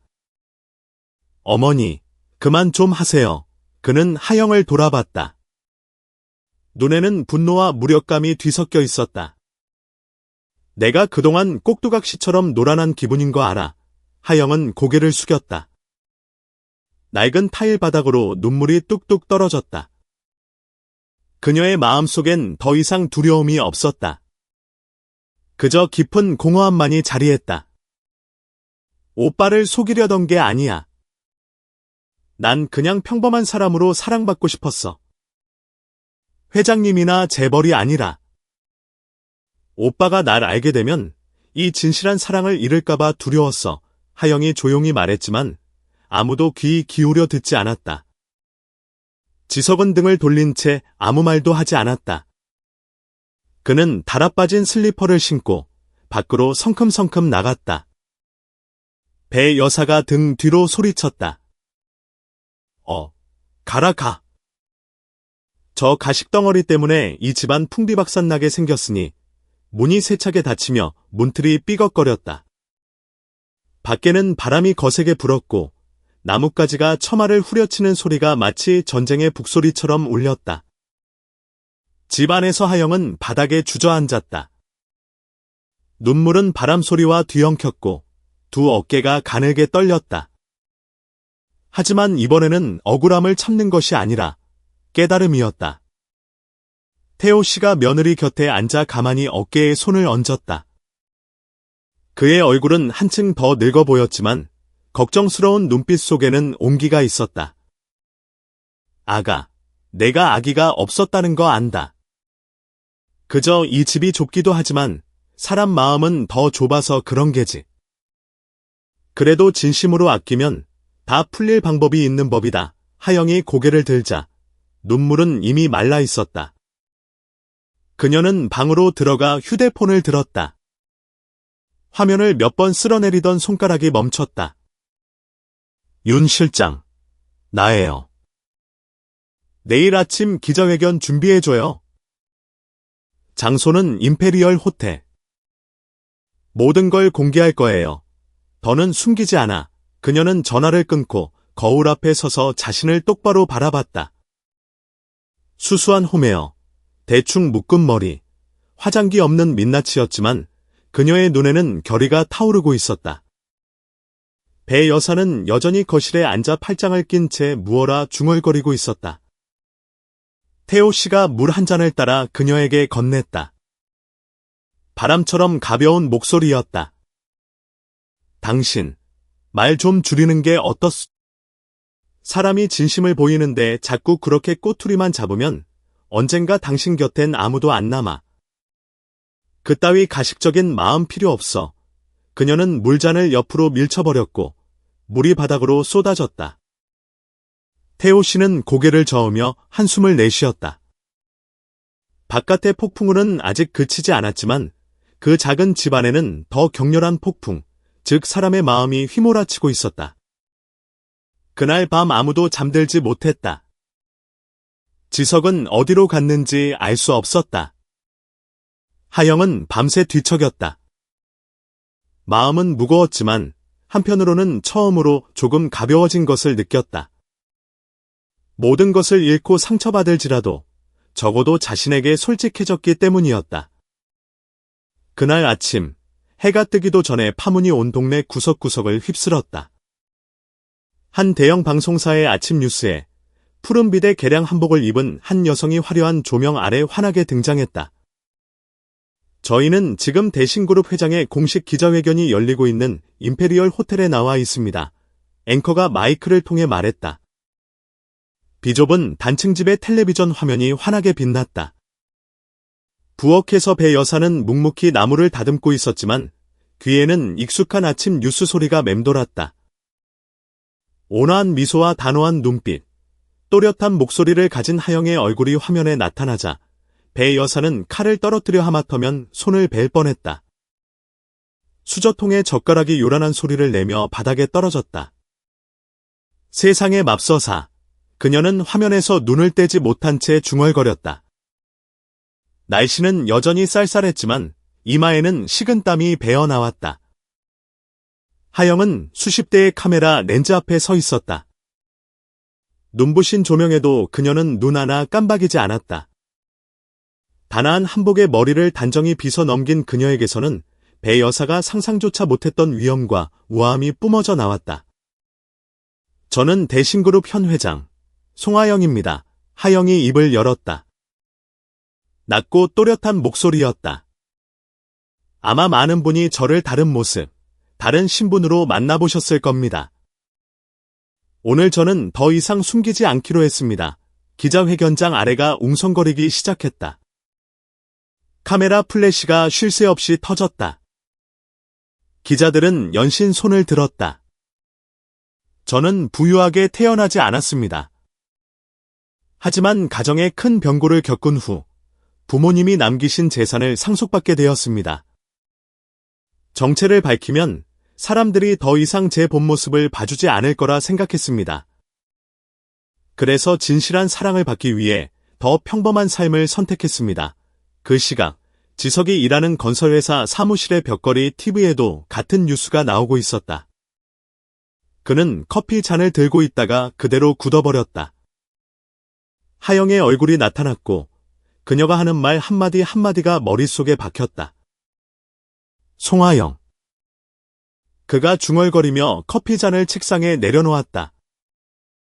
옆자리 동료가 어깨를 툭 쳤다. 자네 아내, 정말 대단한 여자네.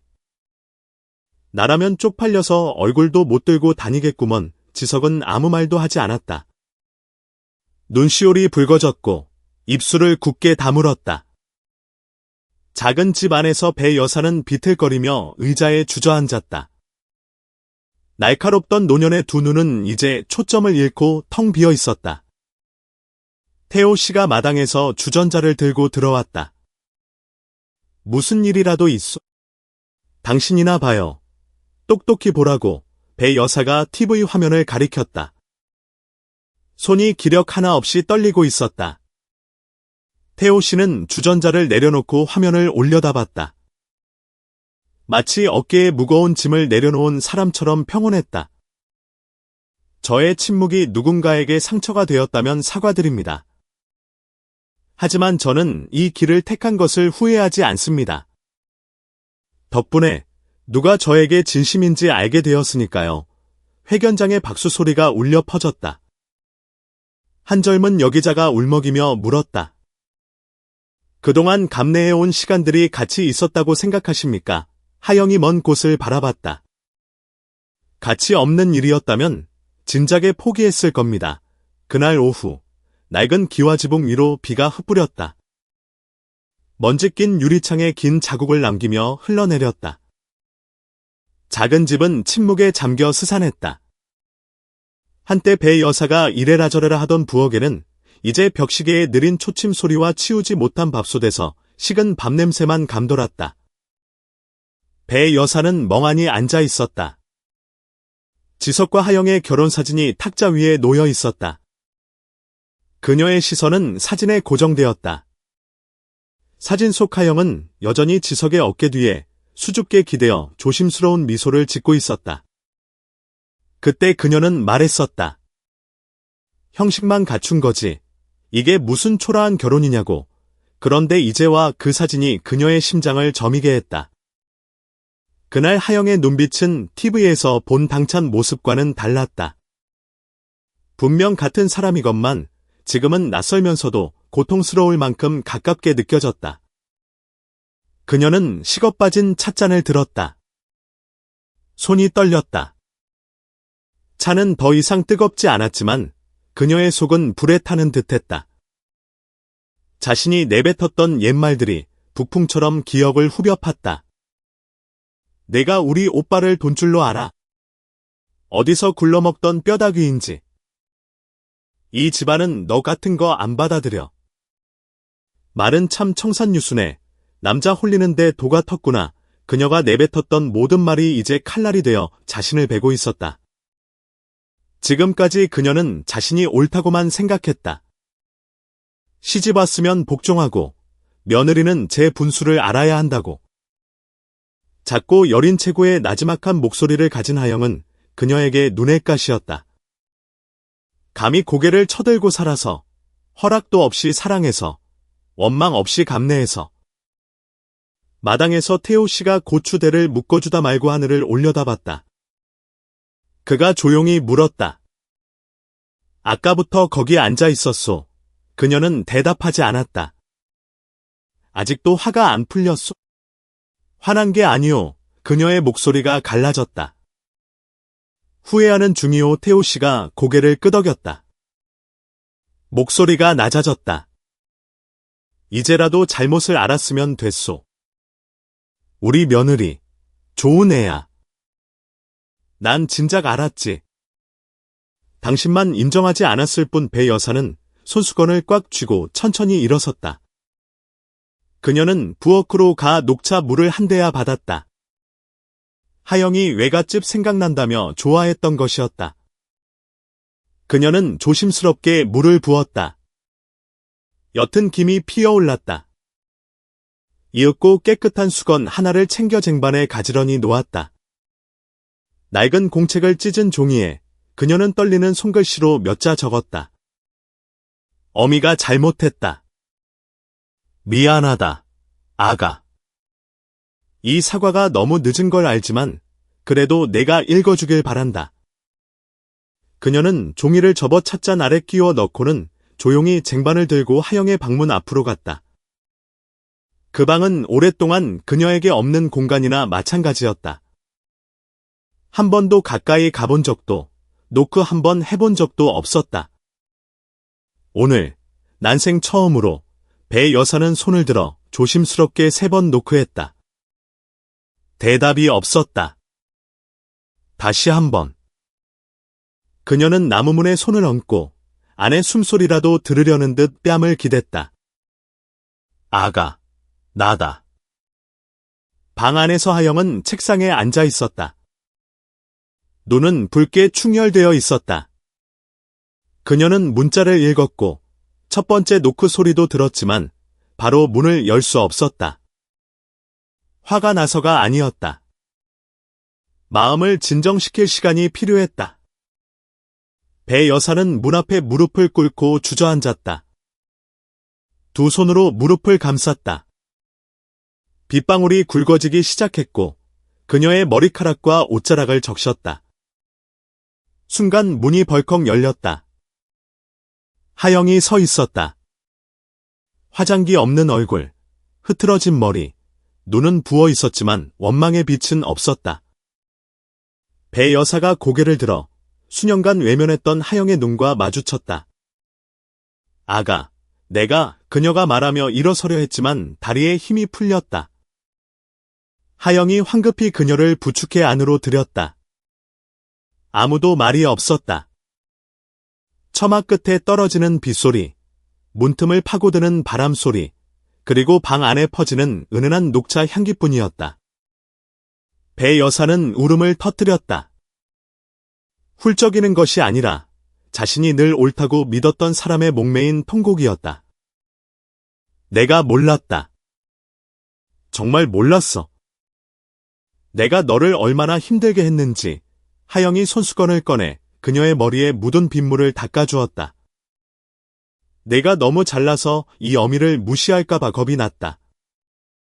그런데 너는 묵묵히 사는 걸 택했지. 이 가정을 지키려고 굴욕을 참아냈어. 난 자격이 없어. 내 시어머니 될 자격이 없다. 하영이 곁에 앉았다. 눈에는 눈물이 고였지만 시선은 여전히 따뜻했다. 그녀는 용서한다는 말도 원망한다는 말도 하지 않았다. 그저 찻잔을 들어 배 여사의 손에 쥐어주었다. 어머니, 드세요. 어머니가 끓여주신 차, 참 맛있어요. 그 소박한 한마디가 그간의 모든 서름과 모진 말들을 씻어내는 듯했다. 배 여사는 떨리는 두 손에 얼굴을 파묻었다. 그녀는 울었다. 하지만 그 눈물은 더 이상 쓰디쓴 것이 아니었다. 처음으로 잘못을 인정한 마음의 안도감이었다. 처마 밑 비는 그쳤다. 작은 집은 폭풍우가 휩쓸고 갔다는 듯 고요했고 지친 공간 사이로 선풍기 돌아가는 소리만 희미하게 들렸다. 천장 한가운데 매달린 백열등이 따뜻한 노란빛을 들이우며 낡은 아이보리색 벽지에 느릿한 빗줄기를 그렸다. 지석이 마당으로 들어섰다. 슬리퍼가 시멘트 바닥에 가볍게 끌렸다.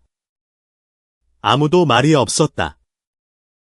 집 안에는 어머니가 나무 의자에 앉아 손수건으로 황급히 눈물을 닦고 있었다. 배 여사의 얼굴에선 늘 있던 앙칼진 기색은 사라지고 모든 눈물을 쏟아낸 사람처럼 멍했다. 안쪽 방에서는 하영이 옷을 개고 있었다. 그녀는 지석의 셔츠를 하나씩 접어 반듯하게 편 뒤 낡은 천 가방에 넣었다. 모든 것이 고요했고 그녀의 손만이 부드러운 동작을 반복하고 있었다.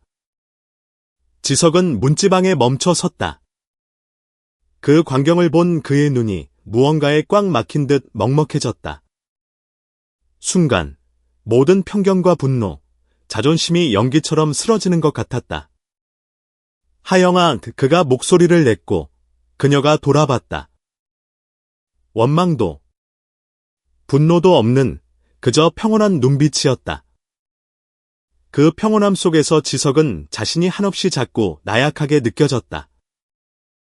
그는 다가가 아내의 눈을 똑바로 바라봤다. 그동안의 침묵에 대한 이유라도 찾으려는 듯이. 하지만 하영은 설명하지 않았다. 그저 입술을 깨물고는 다시 고개를 숙여 야른 수건을 접었다. 진작 말하지 그랬어. 지석이 느리고 잠긴 목소리로 말했다. 그랬으면 의심 안 했을 텐데. 하영은 수건을 접다 말고 허공에서 잠시 손을 멈췄다. 내가 만약 말했다면 오빠라는 사람 자체를 사랑한다는 내 말을 믿었을까? 지석은 침묵했다. 하영이 고개를 들었다. 눈빛은 부드러웠다. 난 그냥 평범한 사람처럼, 단순한 아내처럼 살고 싶었어.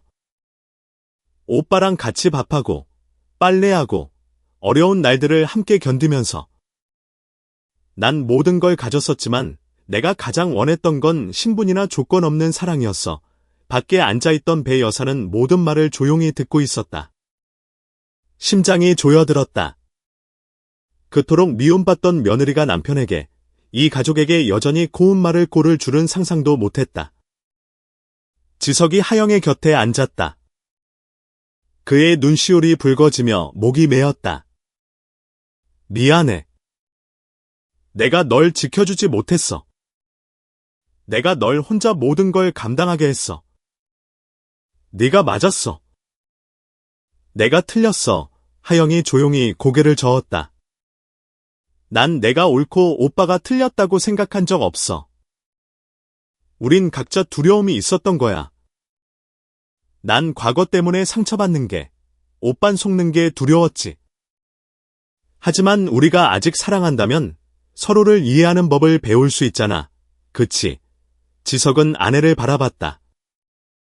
처음으로 그녀는 그가 데려왔던 시골 처녀도, TV에 나오던 그룹 회장도 아니었다.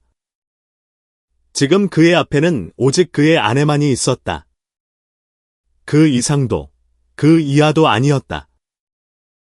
그리고 아마도 그것이 그를 가장 후회하게 만드는 사실일 터였다. 배 여사가 작게 헛기침을 하더니 천천히 일어섰다.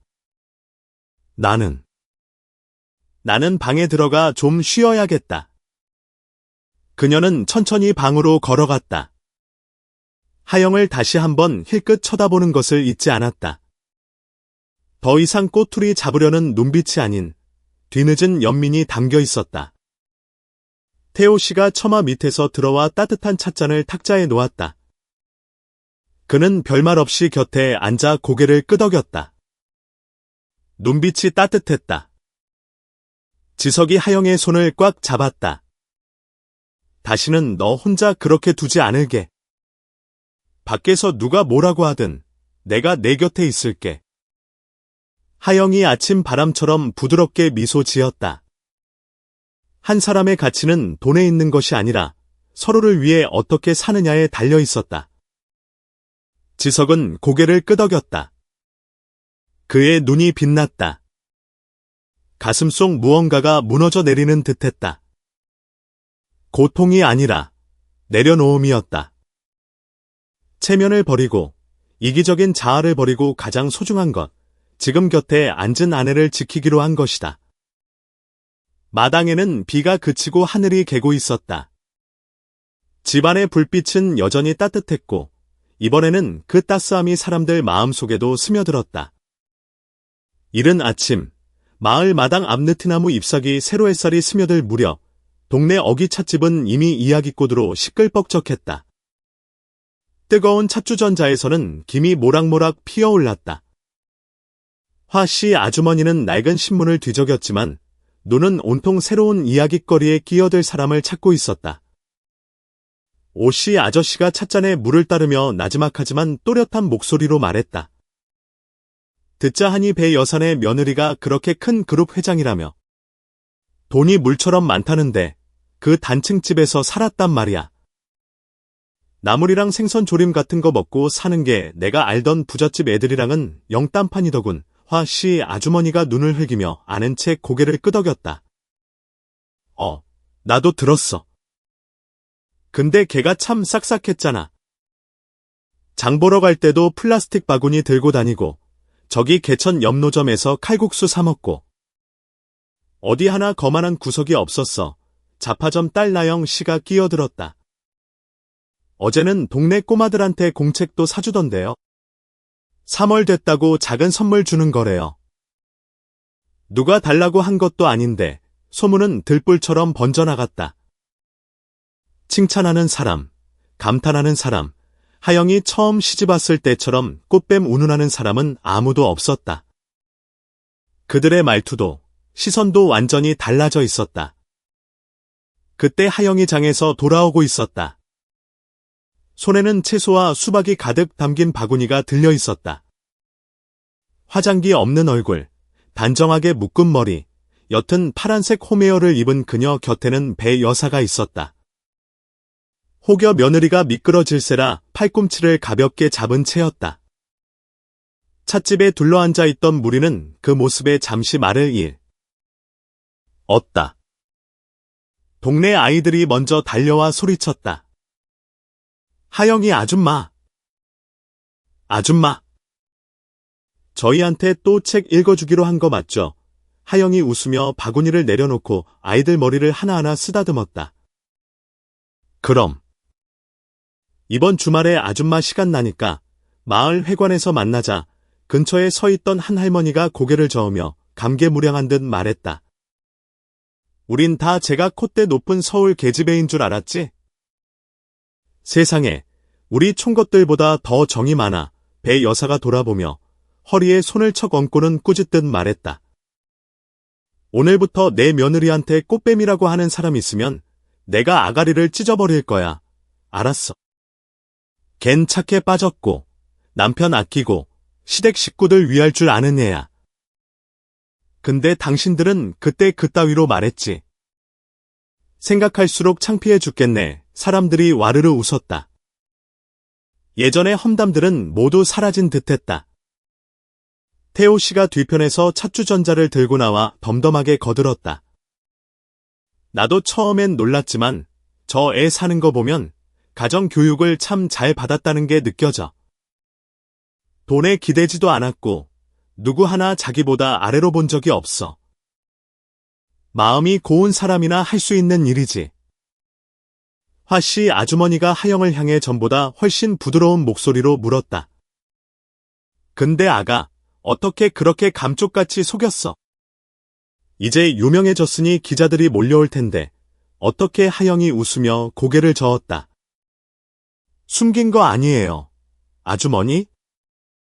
전 그냥 다른 사람들처럼 평범하게 살고 싶었을 뿐이에요. 전 여전히 배 여사님 댁 며느리일 뿐인데요. 뭘 숨기고 말고 할 대단한 사람도 아니고요. 배 여사가 그 말을 듣고 하영의 손을 덥석 잡았다. 눈가가 촉촉해졌다. 어미도 마찬가지다. 넌 영원한 내 며느리야. 다른 사람이 뭐라고 하든 난 이제 상관 안 해. 주위 사람들은 감동한 듯 박수를 쳤다. 말은 안 했지만 모두 이 작은 가족에게 아주 큰 변화가 일어났음을 느끼고 있었다. 하영은 보리수나무 아래 돌 의자에 앉아 익숙한 집의 붉은 기와지붕을 올려다봤다. 수많은 세대를 거치며 비바람을 막아준 낡은 기와가 오늘도 굳건히 버티고 있었다. 그곳에서 그녀는 마음의 평온을 느꼈다. 마침내 진심이 통했고 더 이상 의심과 불신 속에서 살지 않아도 되었다.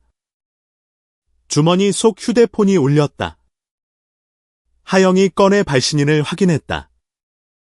윤 비서였다. 그녀가 전화를 받으며 조용히 말했다. 네, 윤 실장.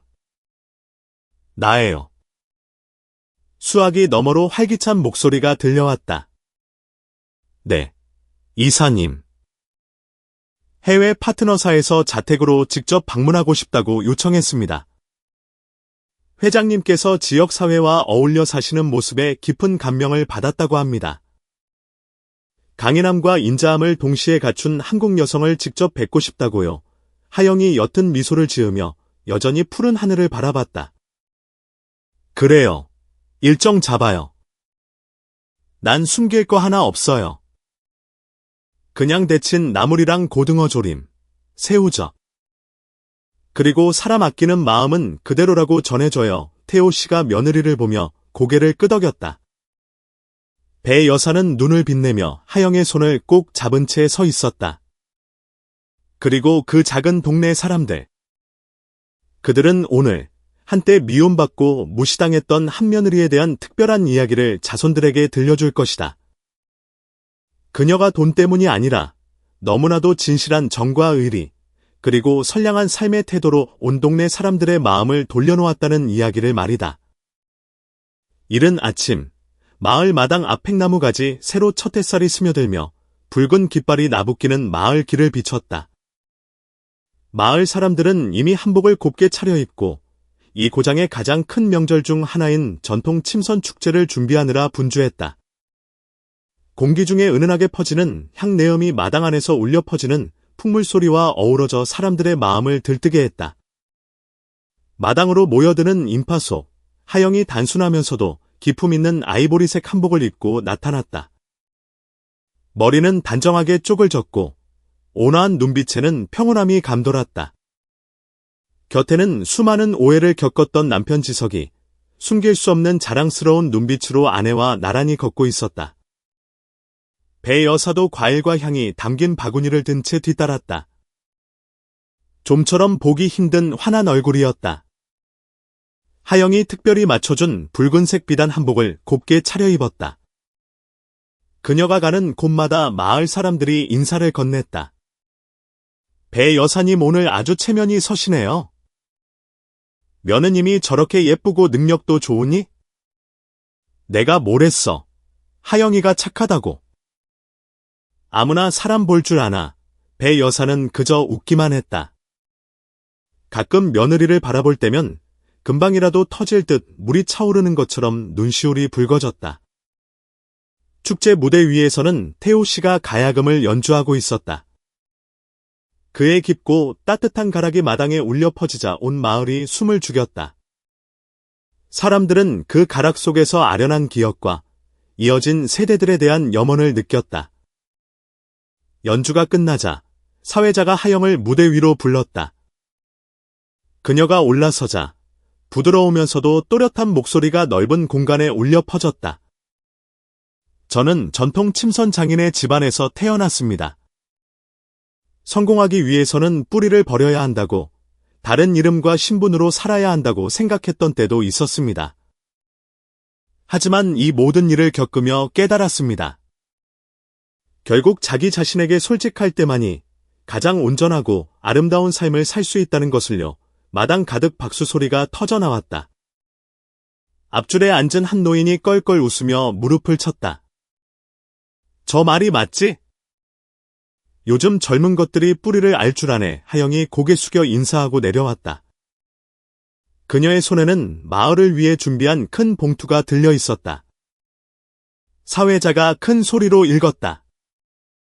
송하영 씨 가족께서 이 고장의 침선 기술을 배우는 학생들을 위해 장학금 7천만 원을 기부하셨습니다. 또한 이 기술을 보존하기 위한 협동조합 봉제 공장 설립을 지원하십니다. 환호성이 터져나왔다. 근처에 서 있던 여학생들의 눈이 별처럼 빛났다. 그때 배 여사가 하영 앞으로 걸어 나왔다. 모두가 놀라 숨을 죽였다. 그토록 까다롭던 사람이 사람들 앞에서 저런 행동을 하리라고는 아무도 예상 못했다. 그녀는 하영의 어깨에 손을 얹고 허리를 굽혀 며느리를 가볍게 끌어안았다. 목소리가 떨렸다. 아가, 고맙다. 이 어미를 버리지 않아줘서. 하영은 몇 초간 굳어있다가 이내 그 팔을 마주 안았다. 원망도, 한숨도 없었다. 때로 감정은 단 한 번의 포옹만으로도 쌓였던 모든 잘못을 씻어내기에 충분했다. 곁에 서 있던 지석이 조용히 눈가를 훔쳤다. 그는 하영의 어깨에 팔을 두르며 나지막이 말했다. 우리, 여기서 다시 시작하는 거야. 고풍스러운 정자 지붕에 매달린 오색등이 바람에 부드럽게 흔들렸다. 아이들이 웃으며 나무 그늘 아래를 뛰어다녔다. 어르신들은 차를 마시며 고개를 젓고 껄껄 웃었다. 정말 배 여산의 집안일이 이제 전설이 다 됐네. 하지만 하영은 그런 말에 연연하지 않았다. 그저 마음이 구름처럼 가벼워지는 것을 느낄 뿐이었다. 과거의 상처, 오해, 모진 말들. 그 모든 것이 오늘 아침 햇살 속에 녹아내렸다. 아무도 이것을 동화라고 부르지 않습니다. 요정이나 마법 지팡이, 기적은 없었으니까요. 그저 사람이 사람을 아끼고 서로를 용서하며 선량하게 살아가기를 선택했을 뿐입니다. 그리고 어쩌면 그것이야말로 가장 위대한 기적일지도 모릅니다. 살다 보면 겪고 있을 때는 스스로가 피해자고 가장 억울한 사람이라고 생각할 때가 있습니다. 하지만 돌아보면 때로는 그 상처가 우리를 성장시키고 조건 없이 사랑하는 법을 가르쳐주며 가장 중요하게는 나를 가장 아프게 했던 사람조차 용서하는 법을 알려주기도 합니다. 저는 이 말을 항상 기억합니다. 당신이 누군가를 용서할 만큼 강하다면 당신은 행복하게 살 만큼 강한 사람입니다. 그 사람이 용서받을 자격이 있어서가 아니라 당신이 평화를 누릴 자격이 있기 때문입니다. 하영은 침묵 속에서 선량하게 사는 길을 택했지만 필요할 때는 자신을 지키기 위해 목소리를 낼 줄도 알았습니다. 배 여사님은 그토록 모질었지만 결국 고개 숙여 사과할 줄 알았습니다. 그리고 지석 씨는 자존심을 버리고 자신이 여전히 사랑하는 아내를 지키는 길을 택했습니다. 이 이야기는 동화가 아닙니다. 현실에는 요정이 없으니까요. 단지 사람들끼리 서로에게 잘해줄지, 못되게 굴지 선택할 뿐입니다. 만약 이 이야기가 당신에게 작은 울림을 주었다면, 공감하신다면 댓글에 숫자 1을 남겨주세요. 지금 어느 지역에서 이 영상을 보고 계신가요? 댓글로 알려주시면 우리 대한민국이 얼마나 넓고도 가까운지 느낄 수 있을 것 같습니다. 혹시 다른 관점을 가지고 계시다면 주저 말고 댓글을 남겨주세요. 모든 의견은 소중한 배움입니다. 그리고 만약 이렇게 감동적이고 가깝고 깊이 있는 이야기를 좋아하신다면 채널을 구독하셔서 다음 영상을 놓치지 마세요. 다음 이야기에서 다시 뵙겠습니다. 어쩌면 당신의 삶 한 조각이 담긴 이야기일지도 모르니까요.